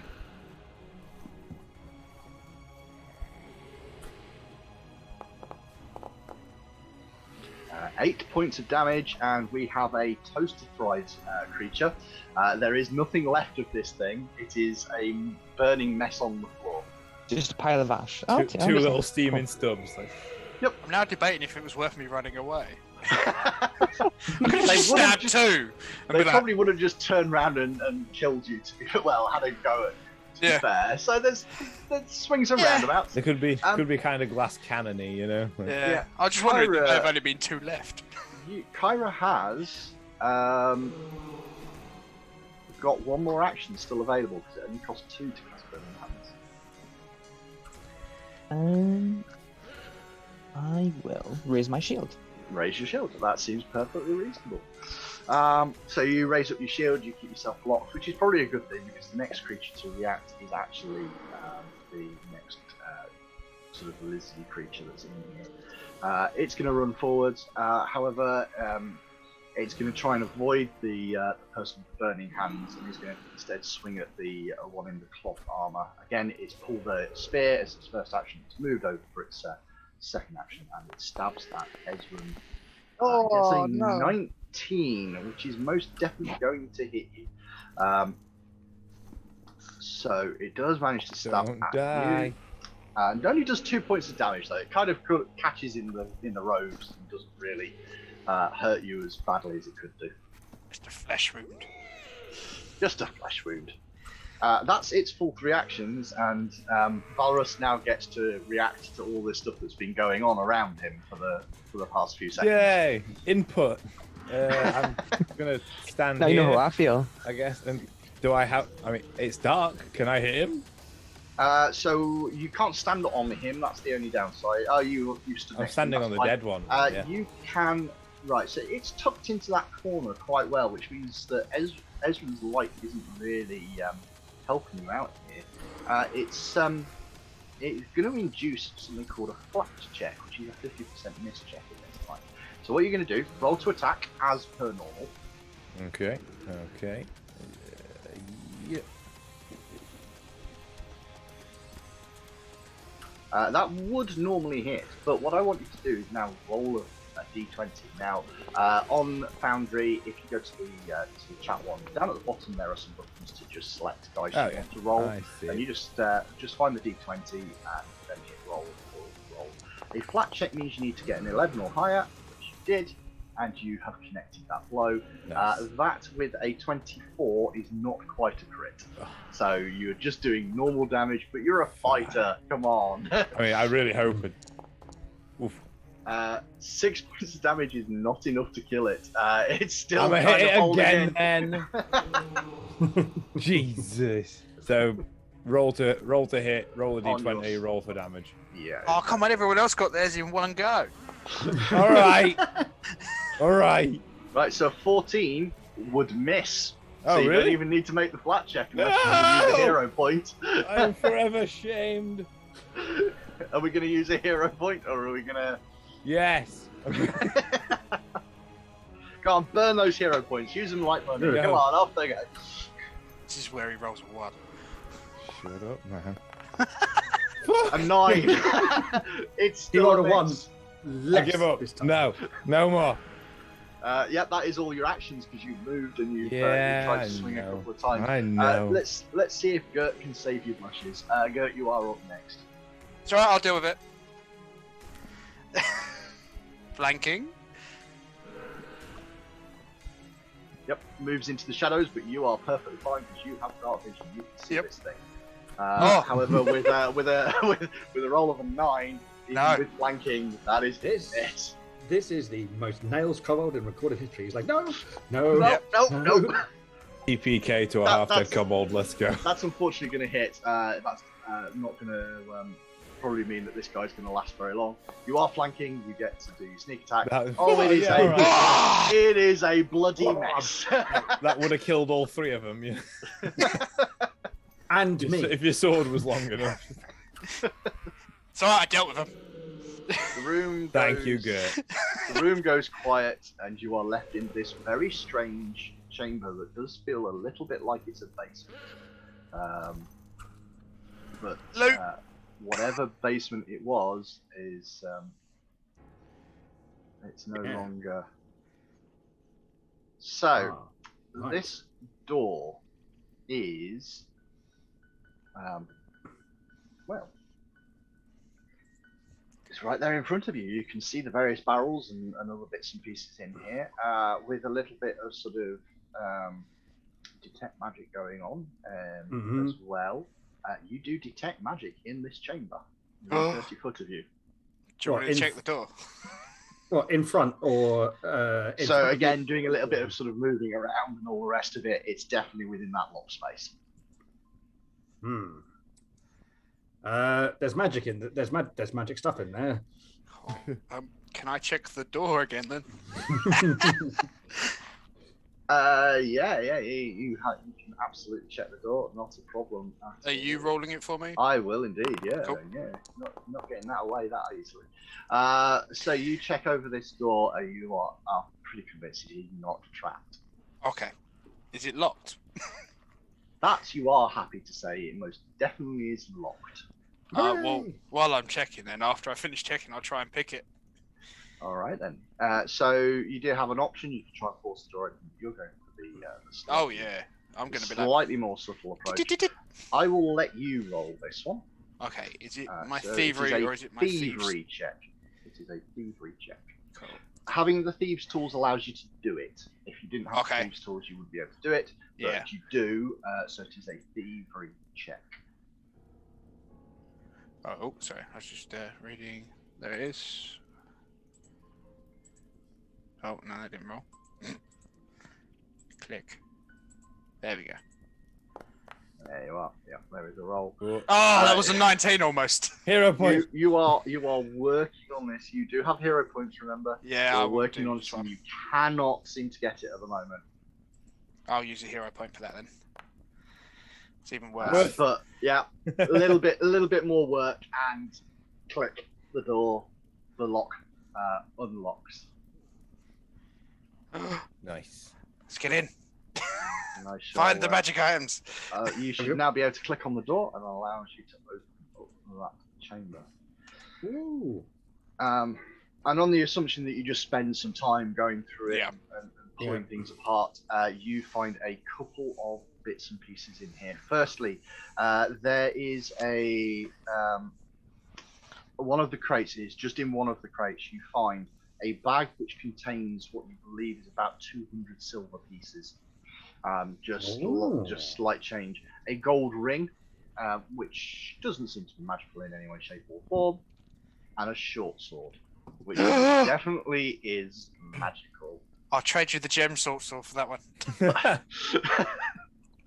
Oh, will you? So anybody, and I do mean this literally, anybody can attempt to identify magic items. What you do is you roll your best of religion, occultism, arcane, or nature. Whichever is your best, you can roll that. Alright, mine are all exactly the same. They are indeed. I've just rolled religion to try and identify it. You did. I just spotted that. Really good result. That's cool. Not a bad one there, actually, from Gert, even though he gets no benefits. Coming in with the occultism. Let's go. Yeah. +1. Yeah. Hey. It's a bit sharp, that. All right, go on. The wizard's gonna try. The wizard's gonna try with his arcana. I was going to say, let's see if Go Gert on, can beat the go. wizard with his arcana. Yes, he can. Yes, you can. Good. Kyra's the one that spots it first, though. This Yeah. This magic weapon has a potency rune on it. So potency rune is effectively a +1, but the general way in which runes work is that you get potency runes and you get striking runes. Potency runes only increase the chance to hit, but it is a +1 to hit weapon. So it's not bad. It's not bad at all. The reason why they've done it ever so slightly different is striking runes, which are the ones that increase your damage. Instead of adding like +1, +2 to your damage, add extra dice. Oh, that's So good. you get you actually get extra dice to your damage when you get striking runes. So they're That's quite pokey and quite potent. Yeah. And they make a massive difference to somebody when they get one. Believe me, I've seen it. It's, That's a crit by D&D standards, isn't it? it is. So, Well, it is. yeah. It is. In fact, it's almost a crit by Pathfinder standards. When you think about the fact that Pathfinder doubles everything when you actually do a crit, it can be scary when people crit with a striking rune. Oh, I need it. I need both of them. So you do have a +1 short sword to your name. I think we should give that to Valeros. The short sword. He's got a long sword, hasn't he? How much? I was going to say I'm more of a bigger Yeah. sword guy than Oh, that. fair enough. Then I think that's. then you should I think probably that's keep for hold of good. it. Yeah. Okay. I love it. Right. Another sword for Gert. Okay, Yeah. fair enough. Yeah, I'm gonna go. Give us the jewel one. Come on. All right, I've already popped the jewel out of it, and I'll give it back to him. The jewel came out the second I got it. One of these. This sword is not like how it was when I gave it to you. No, it's the one I've always had. already getting that thing. Are we exploring this door, or are we going back to the barricade? I was gonna say, is that door a door or a safe or something? Mysterious voice in the sky. What kind of door is voice this? in the sky? That is just a door. There is nothing overly special about that in any way, shape, or form. Honest. No, it is a perfectly normal door. You do not see anything on there which causes any raised concerns that will bother you. Just very quickly, just making this weapon so that it has this magical +1 short sword, and that should now be on your character sheet and in your attacks for you there, Conan. Thank you. Okay, so yes, there is a door up there which you open up. There is a short hallway with smooth walls of worked stone and a door at either end. The door at the far end looks like it might be closed up tight. Probably leads to the undead. Floor is tiled with large square stone tiles. This leads to the undead area. So we can go through that way or go back the other way from the sounds of it. Fair enough. That just means we're gonna run up against a barricade at the other end and go, oh. Yeah. So if we want, we can do the smart thing is go back and I'll try and stealthily take that barricade down. Or we can go that way. Does this mean we split the party and meet in the middle? No. No split. No. I'm just saying we can all go back up and I can try and take it down for us. Let's go back up. Personally, I think the barricade sounds like the better option. I agree. Okay. You are more than welcome to start moving your tokens up in that direction. Mm-hmm. Yeah, just as a note, you won't be able to run through walls though, so yeah.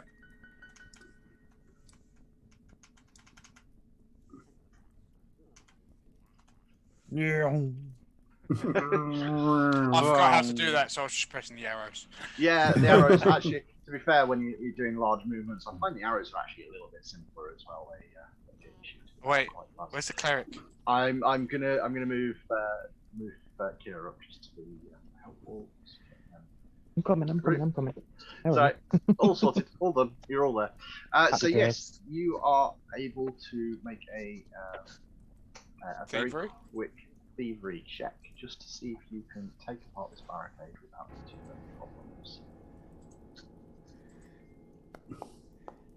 Nice. Yeah, no problems at all. Very, very, very gently barricade? pulling things apart.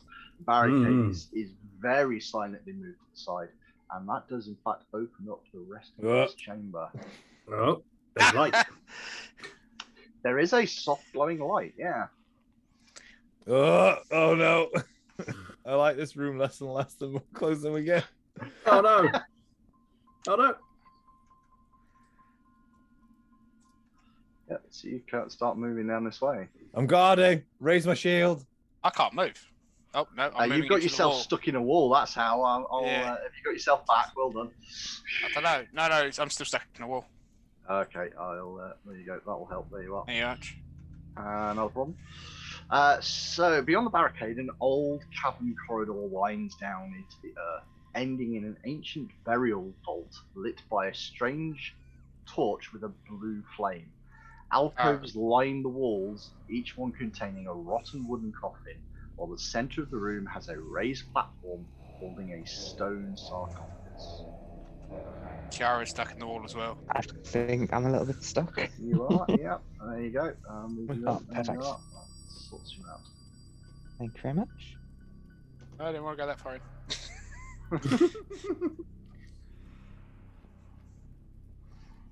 With a little bit of detect magic going, You are detecting magic if you've started progressing down into this chamber. I'm going to assume that's triangulating on the coffin. It's triangulating on the torch. It's lighting the room. Oh. I However, touched the torch. as you guys step into the chamber, I'm staying on the step.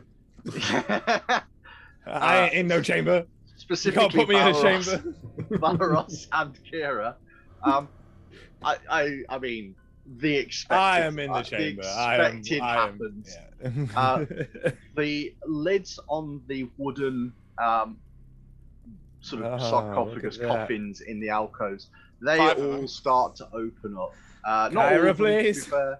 A number of Put 'em back. creatures start to raise, and then the stone sarcophagus lid starts Kyra, sliding put 'em to back. the side. What do you want me to do? Put Well, it that back. was interesting. As Put what four back? skeletal Something. creatures in full armor Oh. and a sort of slightly Can I- larger. Cast Disrupt Undead at this point, please. That's what I mean. You absolutely can, but I think we'll leave that to next time Put 'em because back. we are 10 minutes away from where we were going to pull this off anyway. I have a feeling this might be quite an interesting little fight. It'll either go really And- quickly or really slow. This seems like a really good place to stop for everybody as well. This I think. starts, there goes Gurk. Yeah. Well, bye. Yo. You guys Yeah, want to see the later. fastest goblin in the world? So yeah, We should what have seen did the you other guys- dog. What did you four think? Are you enjoying it? You having I fun? had Yeah, a ton it's of good. fun. I had a It's ton of good. fun. It's ton of It was fun. made is. easier by Foundry as well. Yeah, Foundry yeah. is actually really impressive. Yeah, it can be a lot of good fun. You're an absolute expert at this, to be fair, Matt. It's crazy. Yeah, Oh, thank you very much. That's Man knows his game. appreciate it's it. good. He Alright. does. Right, what I'm going to say is very quickly on this one. This is the Pathfinder starter box adventure, which we've been running, Menace under Otari. We've been using Foundry, we've been using Sirenscape for music, for those of you that have been able to hear it. And we have been using character editions, rebuilds, and everything else on Heavyweight Gaming. If you want to find me, I'm on Random Encounter on YouTube. We also have a podcast of the same name, Random Encounter as well. And on top of all of that, what I would also say about this is if you are in a position where you are unsure about whether or not you want to play Pathfinder, if you want to do any of that stuff, you don't even need to buy the box set. You don't even need to buy the beginner set. There is a website out there called the Archives of Menace. It is a free Paizo-supported website which contains all Pathfinder 2 rules, character classes, races, monsters, the lot. It's all on there. It's all free. The only thing you cannot get on Archives of Menace is the adventure paths and the pre-written adventures. That is the only thing they do not supply for free in any way, shape, or And form. Paizo are all right with that. It's fully supported by Paizo. That's- It's 100% okay. backed by Paizo's website. It is a brilliant, brilliant resource. It really, really is. So yeah, thank you as well for AD in the background doing all Thank the you, numbers AD. and all of Thank the you, AD, and thank you, Matt. stream stuff. Thank you, That's Matt. Awesome.